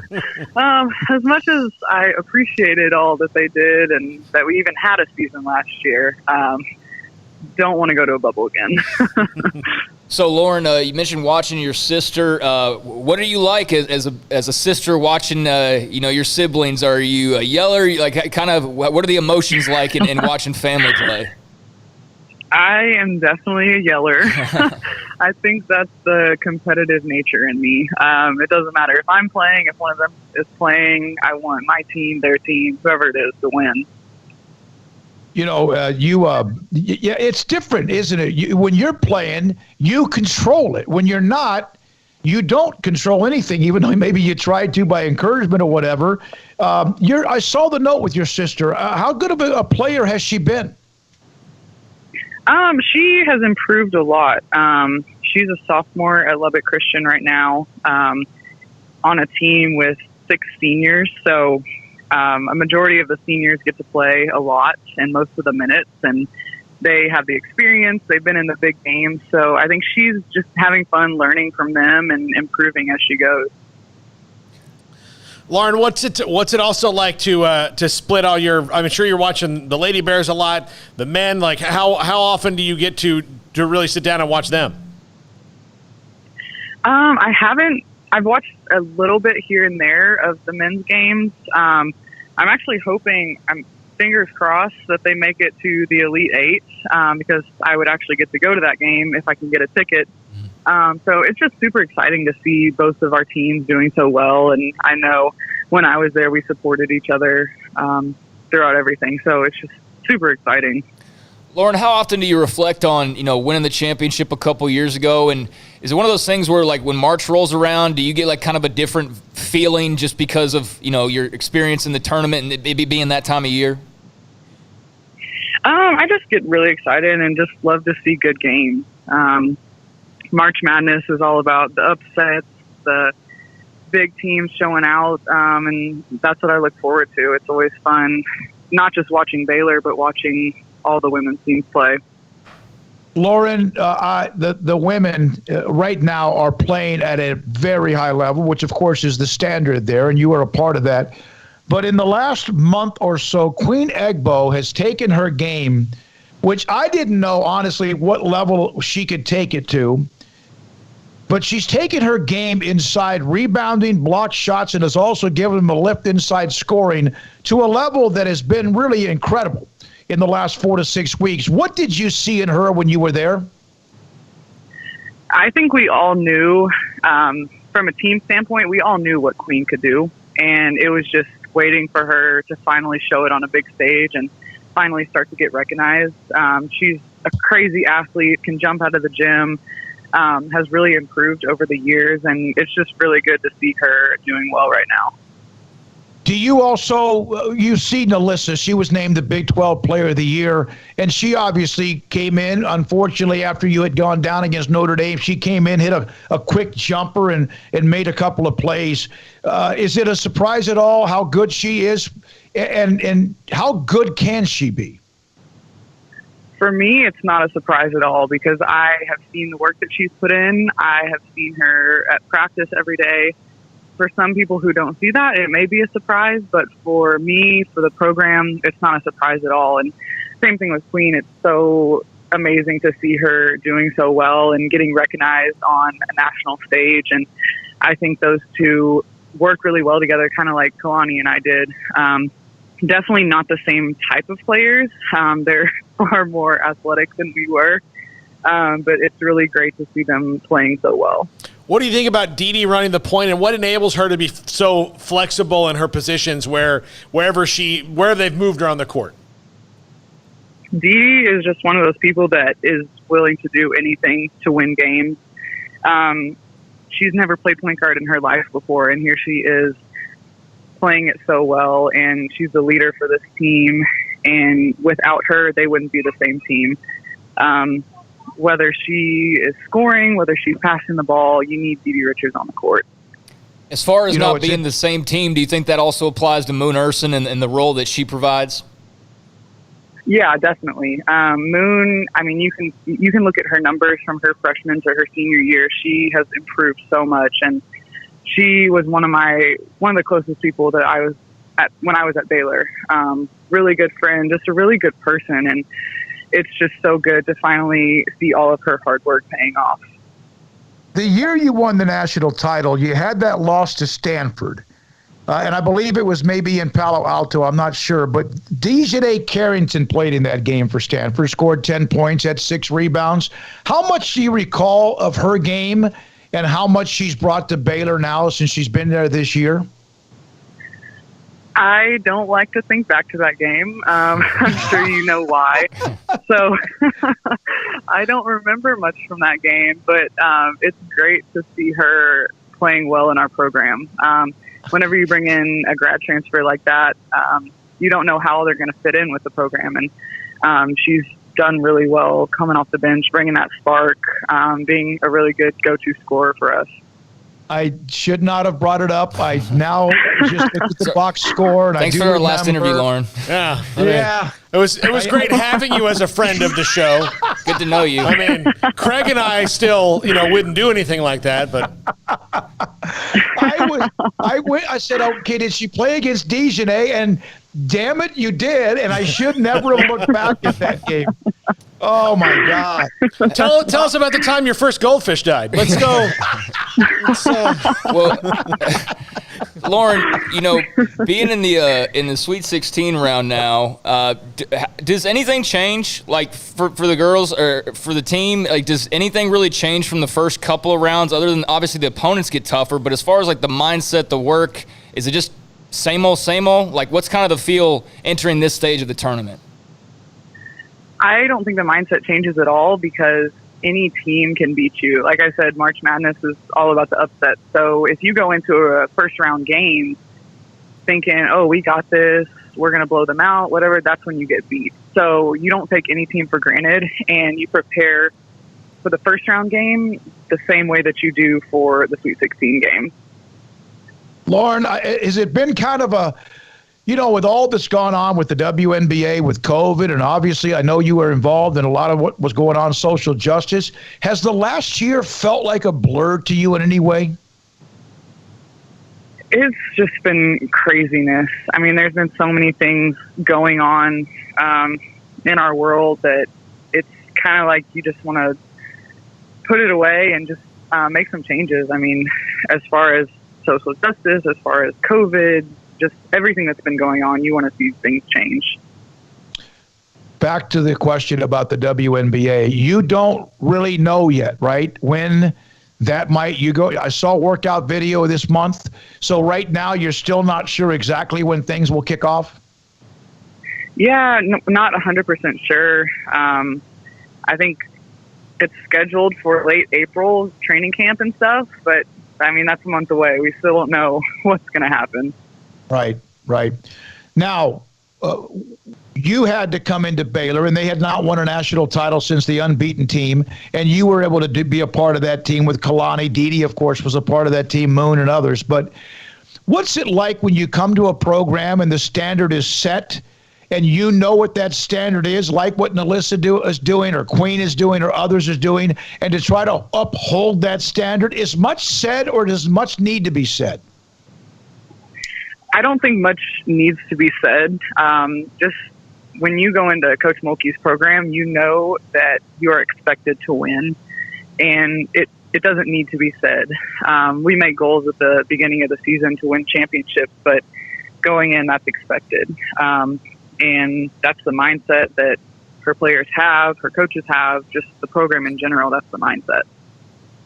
Lauren, it's great to hear from you, even though you'll never join any show that I'm a part of ever again.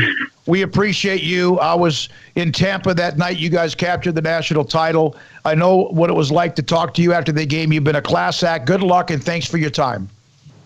Thank you. I appreciate it.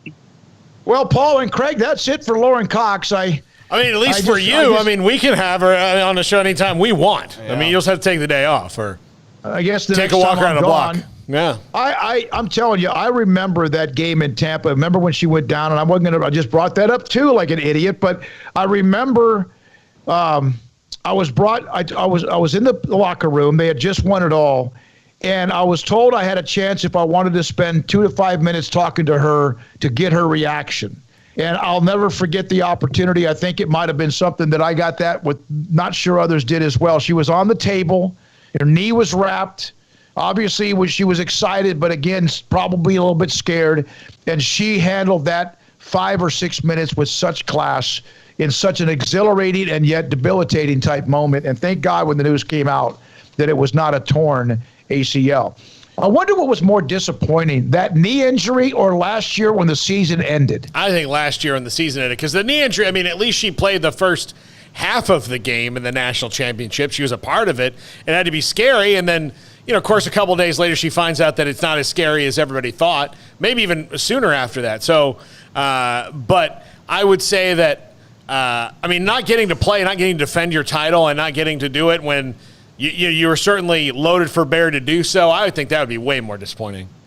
Well, we could have asked her, and next time we can ask her that question perhaps. Yeah, we'll write it down because you won't be a part of it. But here, Ryan Stevens, who is the media relations person for the Indiana Fever, Very fun to listen to. Tell us about how your goldfish died. That was what I said to her, yeah. Yeah, I know, I know. And he was having fun with that. It was great to have Ryan listening to us. Yeah. Oh, my goodness. All right, Paul, Catalina. Break a break here, Paul? Yeah, take a break. All right, when we come back, Paul Catalina's 5 at 5:55 to wrap up a great week. We hope you've enjoyed most of it, if not all of it, on SicEm365 Radio. With more than 160,000 alumni worldwide and counting, the Baylor family is growing. And through the university's expanded Baylor alumni program, the family is growing closer. With hundreds of local volunteers planning events in cities and towns around the country, you can gather with fellow Bears no matter where you are. So, get connected, get something started, get involved, and make plans to get together with Baylor alumni. Visit us at baylor.edu/alumni. Boozers is the wedding ring store and more. If you're ready to get engaged or already married and want to upgrade your wife's ring for a special anniversary, Boozers is the place to go. With the largest selection of premier quality diamond engagement rings and wedding rings in Central Texas. They have 7 cases with over 300 styles of rings from top designers like Natalie Kay. Choose from yellow, white, or rose gold, plus beautiful top quality loose diamonds. With an in-house jewelry, they can also custom make anything you want. Bring in a picture or drawing and let Boozers create your one-of-a-kind pendant or ring. They can even use some of your old gold and diamond jewelry to create something new. At Boozers, you'll find a great selection of quality timepieces, and Boozers is the place for expert watch maintenance and repairs, too. They specialize in expert Rolex watch repair for fine jewelry, watches, custom work, and more. Go to Boozers on Valley Mills and Lake Air Drive in Waco. Boozers, the wedding ring store and more. From the first workout to the last practice, sports is an incredible challenge. Hi, this is Dan Ingham at the First National Bank of Central Texas, and we're proud to support each athlete, every parent, and our educators. From families, small businesses, to the biggest industry, we're here to help. With remarkable products like instant issue debit cards free at all of our banking centers, we've got banking ideas that fuel big dreams. The First National Bank of Central Texas. Familiar faces making local decisions. Member FDIC, Equal Housing Lender. It's time to fire up the grill, heat up the oven, or get that deep fryer going to enjoy the top quality products at Waco Custom Marketplace. Order 30-pound sacks of live crawfish by 6 on Wednesday. Pick up on Friday afternoon after 2 or Saturday. Enjoy the weekend. 30-pound sacks of live crawfish available right now for $4.25 a pound. Find all the crawfish boil ingredients you need, including red beef potatoes, sausage, corn cobbettes, and Louisiana boil seasoning. Make your order for live crawfish by Wednesday at 6. Pick up on Friday after 2 or all day Saturday, and enjoy the weekend. Waco Custom Marketplace, your home for fresh baked kolache, cinnamon rolls every day. Butcher shop to cut your steaks the way you want. Fresh seafood, summer sausage, boudin, house cured and smoked bacon, spices, seasonings, soup mixes, and more, and weekly gift boxes for any occasion. Waco Custom Marketplace, 425 Lake Air Drive in Waco, or WacoCustomMarketplace.com. Texas board-certified personal injury trial lawyer and Baylor alum David Willis and Baylor alum Parker Willis are ready to help if you or a loved one has been wrongfully injured in an auto accident, SUV rollover, industrial accident, 18-wheeler crash, or were seriously injured by a defective product or recall drug. Call them for a confidential and free case consultation at 1-800-GOT-HURT or visit them at TexasTrialLawyer.com. Principal office located in Houston, Texas. How did Edward Jones become one of the biggest financial service companies in the world? By not acting that way. Financial strategies, one-on-one advice, it's a big difference. And that's why Brad Wilson, your Edward Jones financial advisor, makes sense of investing. Experience the difference for yourself. Brad Wilson, 250 Sharon Drive in Woodway, 254-776-4337. Edward Jones, member SIPC. Welcome back to SicEm365 Radio. The SicEm365 Radio app is sponsored by Alan Samuels Dodge Chrysler Jeep Ram Fiat in Waco. Your friend in the car business at Loop 340 and east of 84. Come by. Let's be friends.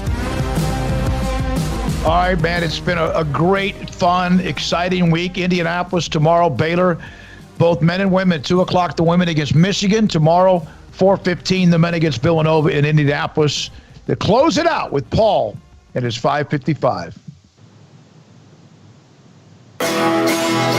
This is Paul Catalina's Top 5 at 5:55. All right, it's Fun Friday. That means, hey, look, I need Fun Friday topics, so please send them to me. But I've gone through kind of the other. Well, I haven't done top 5 football movies yet, but I've tried to intersect. I've done basketball, I've done baseball, and on Disney Plus, and I didn't even know about this, and I know most things. I'm sorry to interrupt you, but speaking of basketball movies, after our little thing, I went and bought He Got Game because it was on sale for like $4. Yeah. So It's He great. Got Game, love it. Yeah, great movie. But I was watching The Falcon and the Winter Soldier on Disney Plus today. How was and it? It's good. Okay. Very good. Second episode. And then as I exit out and you see the menu and it says Mighty Ducks Game Changers. And I went, what's this? And so I turned it on and it's a television series that continues the what was overwrought series of Mighty Ducks movies. The first one's good and the second one's fine. But I don't even think I saw the third one. The second one I really liked because that was the Olympics one. Yeah. I really liked that one actually a lot. The third one, they go to the academy and it's kind of like a back to school. I didn't like that one that much. So anyway, I thought I would do top 5 hockey movies today. And Jack has only seen one of these, which is amazing to me. But of the one that he has seen, I thought it would have been number 3, not number 2. But hey, we'll see. Number 5, Goon, starring Sean William Scott. This is a pretty funny movie. I mean, he's a hockey goon in like a minor league hockey. He starts fights. It's a funny movie. It's a good hockey movie. It's Never fun. even heard of it, actually. Yeah, it's not, look, it's not Citizen Kane, but it's not bad. And quite frankly, where's Sean William Scott been as of late? I don't know. He was in every movie I watched I for a keep while. wanting him and The Rock to do a sequel to The Rundown, which is that'd be great. which is a really good movie. Number 4, Mystery Alaska. I mean, this is Russell Crowe in the picture here. It's fine. He's the star of the movie. But Burt Reynolds is the coach. This is It's Florida State homerism. Good luck finding many high-quality pictures of Burt Reynolds and Mystery Alaska. Mystery Alaska. Yeah, I'm sure it's an older movie. But this is a movie where a guy comes back and arranges for his local semi-professional hockey team in Mystery Alaska to play a game against the New York Rangers. It's a good movie. Cool. Good movie. Enjoyable. Russell Crowe's the main star of it. Number 3, The Mighty Ducks. We mentioned it earlier.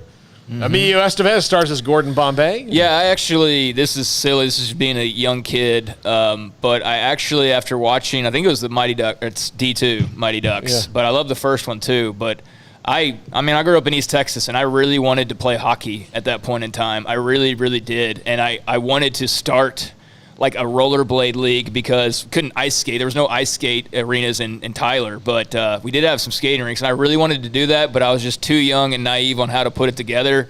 But had I found a way, maybe I would have been playing hockey for a few years. I don't know, but a big part of that was that movie right there. Then Disney bought a hockey team and named it after them. Named it after the Ducks. You talk about cross promotion. Number 2, Miracle. Smokey, I think you've probably seen this one. This is about the Miracle on Ice in 1984, starring Kurt Russell. I don't think I've seen any of the. I think I saw the Mighty Ducks. Yeah, well, I mean, you probably saw it in passing when Craig was a child. Miracle, I was in. I mean, that's back when ESPN first started. I remember that trickled through the day, and then watched that game. That has to be high level. I hope they did it right. It's very good. Jacques. Oh, it was really well done. Kurt Russell kills it, and they actually they cast hockey players that could act instead of actors who might be able to play hockey. Yeah, I like that. I like that idea. Yeah. Kurt Russell's an Good for awesome them. dude too. Yeah. By the way, I mean, acting, like, while it's not certainly something you would say easy to do at a high level, it's not all the hardest thing ever. So considering that some of the best movies have some of the least experienced actors, Jerry Seinfeld's got a great joke about it. He says, listen, here's acting. Stand right over here, look right over there, and say exactly what you told you to say. That's acting. So, all right. Number 1, Slapshot. One of the great sports movies of all time. Hilarious movie. Paul Newman, one of our greatest American actors and salad dressing aficionados. But Paul Newman's great in this movie. You've seen Slapshot, Armstrong? Or you like Paul Newman? I like his dressing. Salad dressing. But I also do love Paul Newman. Yeah, Paul Newman. Look, if Paul Newman's in a movie, it's probably excellent. Bottom line. Yep. So, and then this is a great one. Smokey, this is from the 70s. You might have seen this one, right? Yeah, I do. I think I remember this one. Paul Newman, of course, is greatness. Yeah. I mean, he stars in such great movies like Cool Hand Luke. Oh, yeah. Butch Cassidy, Sundance Kid. I believe his last movie was The Road to Perdition with Tom Hanks, which is good movie. Awesome. Yep. Oh, man. Good movie. So, yeah. I think I've seen like 3 of the 5. Yeah. Okay, I've seen parts of Miracle. I've seen Slapshot. I've seen Mighty Ducks, obviously. Maybe 3 of the 5. Miracle maybe 20 times. Yeah. Really? Look, I'm going to tell you, Mystery Alaska, starring Russell Crowe and Burton Leon Reynolds. You can't go wrong with Burt. I may be alone in this, but I said it earlier, I think off camera. I'm actually not a huge fan of, like, based on the true story thing. Well, the Miracle movie, I know it's good, and I've seen parts of it, but I'm not as into that as I am a fictional story for some reason. That's just how my brain works, I guess. Yeah. But it's a good movie. I know that. I do like, well, I like all movies, but like I get hurt when I read a book about the movie I just watched because I get interested. All wrong. Like, for example, one of my favorite movies of all time is American Gangster, and I read a book about it. I got like 30 pages in, and I was like, oh man, I'm going to be mad, aren't I? That's me with like pretty much every World War II movie that hasn't been directed or produced by Steven Spielberg. Basically, Frank Lucas, whoever he got to write that screenplay for him, he really trumped up his role. Oh, he did, yeah, for sure. So, It's a good movie too, though. Yeah. But yeah, it's not exactly all the way factual. Yeah. So, all right. All right. Yeah. Great stuff, man. I'm talking start to finish, full throttle with Moses Ehamby from the Indiana Pacers that played at Oral Roberts on what their run has meant. We've heard from Maceo Teague, Jay Wright, Scott Drew, John Gallagher, our buddy from Hartford. If he's back with us next week, that means that Baylor won not only Saturday, but also on Monday. Grayson Grundhafer, thanks to, as well, Lauren Cox, Ron Roberts, Tristan Abram, and King McClure throughout the show. We have had some of the great analysts in college basketball. Hope we continue to have some of them next week, plus a lot from Baylor, thanks to David Kay and Kyle Robarts and Taylor Bryan this week for all of what they've helped us get to and also cover. Craig Smoak, love the new segment. Paul, I love it to close out every day with something a little bit different as well with yours. For Armstrong Sims, for Jack McKenzie, I have to like bury the hatchet before the weekend. And for Lauren Cox, I had to bury that hatchet as well. All right, guys, enjoy the weekend. I'll be here for the game tomorrow in Indianapolis, see what happens, and maybe back here live at Indy on Monday as well. For Paul Catalina and Craig Smoak and all of our incredible sponsors that make every day happen and our coverage here, I'm David Smoak. Have a great weekend. This is SicEm365 Radio. At Baylor University, students find their place to shine. They're faithful friends and inspirational leaders. They're championship teammates and independent thinkers. They're on the cutting edge of high tech and in the halls of history. If you want to make the world a brighter place, you can. And if you want to shine in your own way, you can.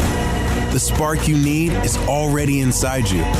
Bring it to Baylor, where lights shine bright. Ideal MRI is a small family business right here in Central Texas. We're open to support you while lowering the cost of healthcare bills. When you need an MRI, ask your doctor for an Ideal MRI. Visit us at idealmri.com or call us at 833-IDEAL-MRI. At Marco's Pizza, get craveable pizza made the Italian way with dough made from scratch, an original sauce recipe, 3 fresh signature cheeses, and premium toppings you love, served hot and safe. Right now, you can get unlimited medium one-topping pizzas for just $6.99 each. Why stop at just one? Order with your app or at marcos.com for curbside, carryout, or delivery today. Marco's, pizza lovers get it.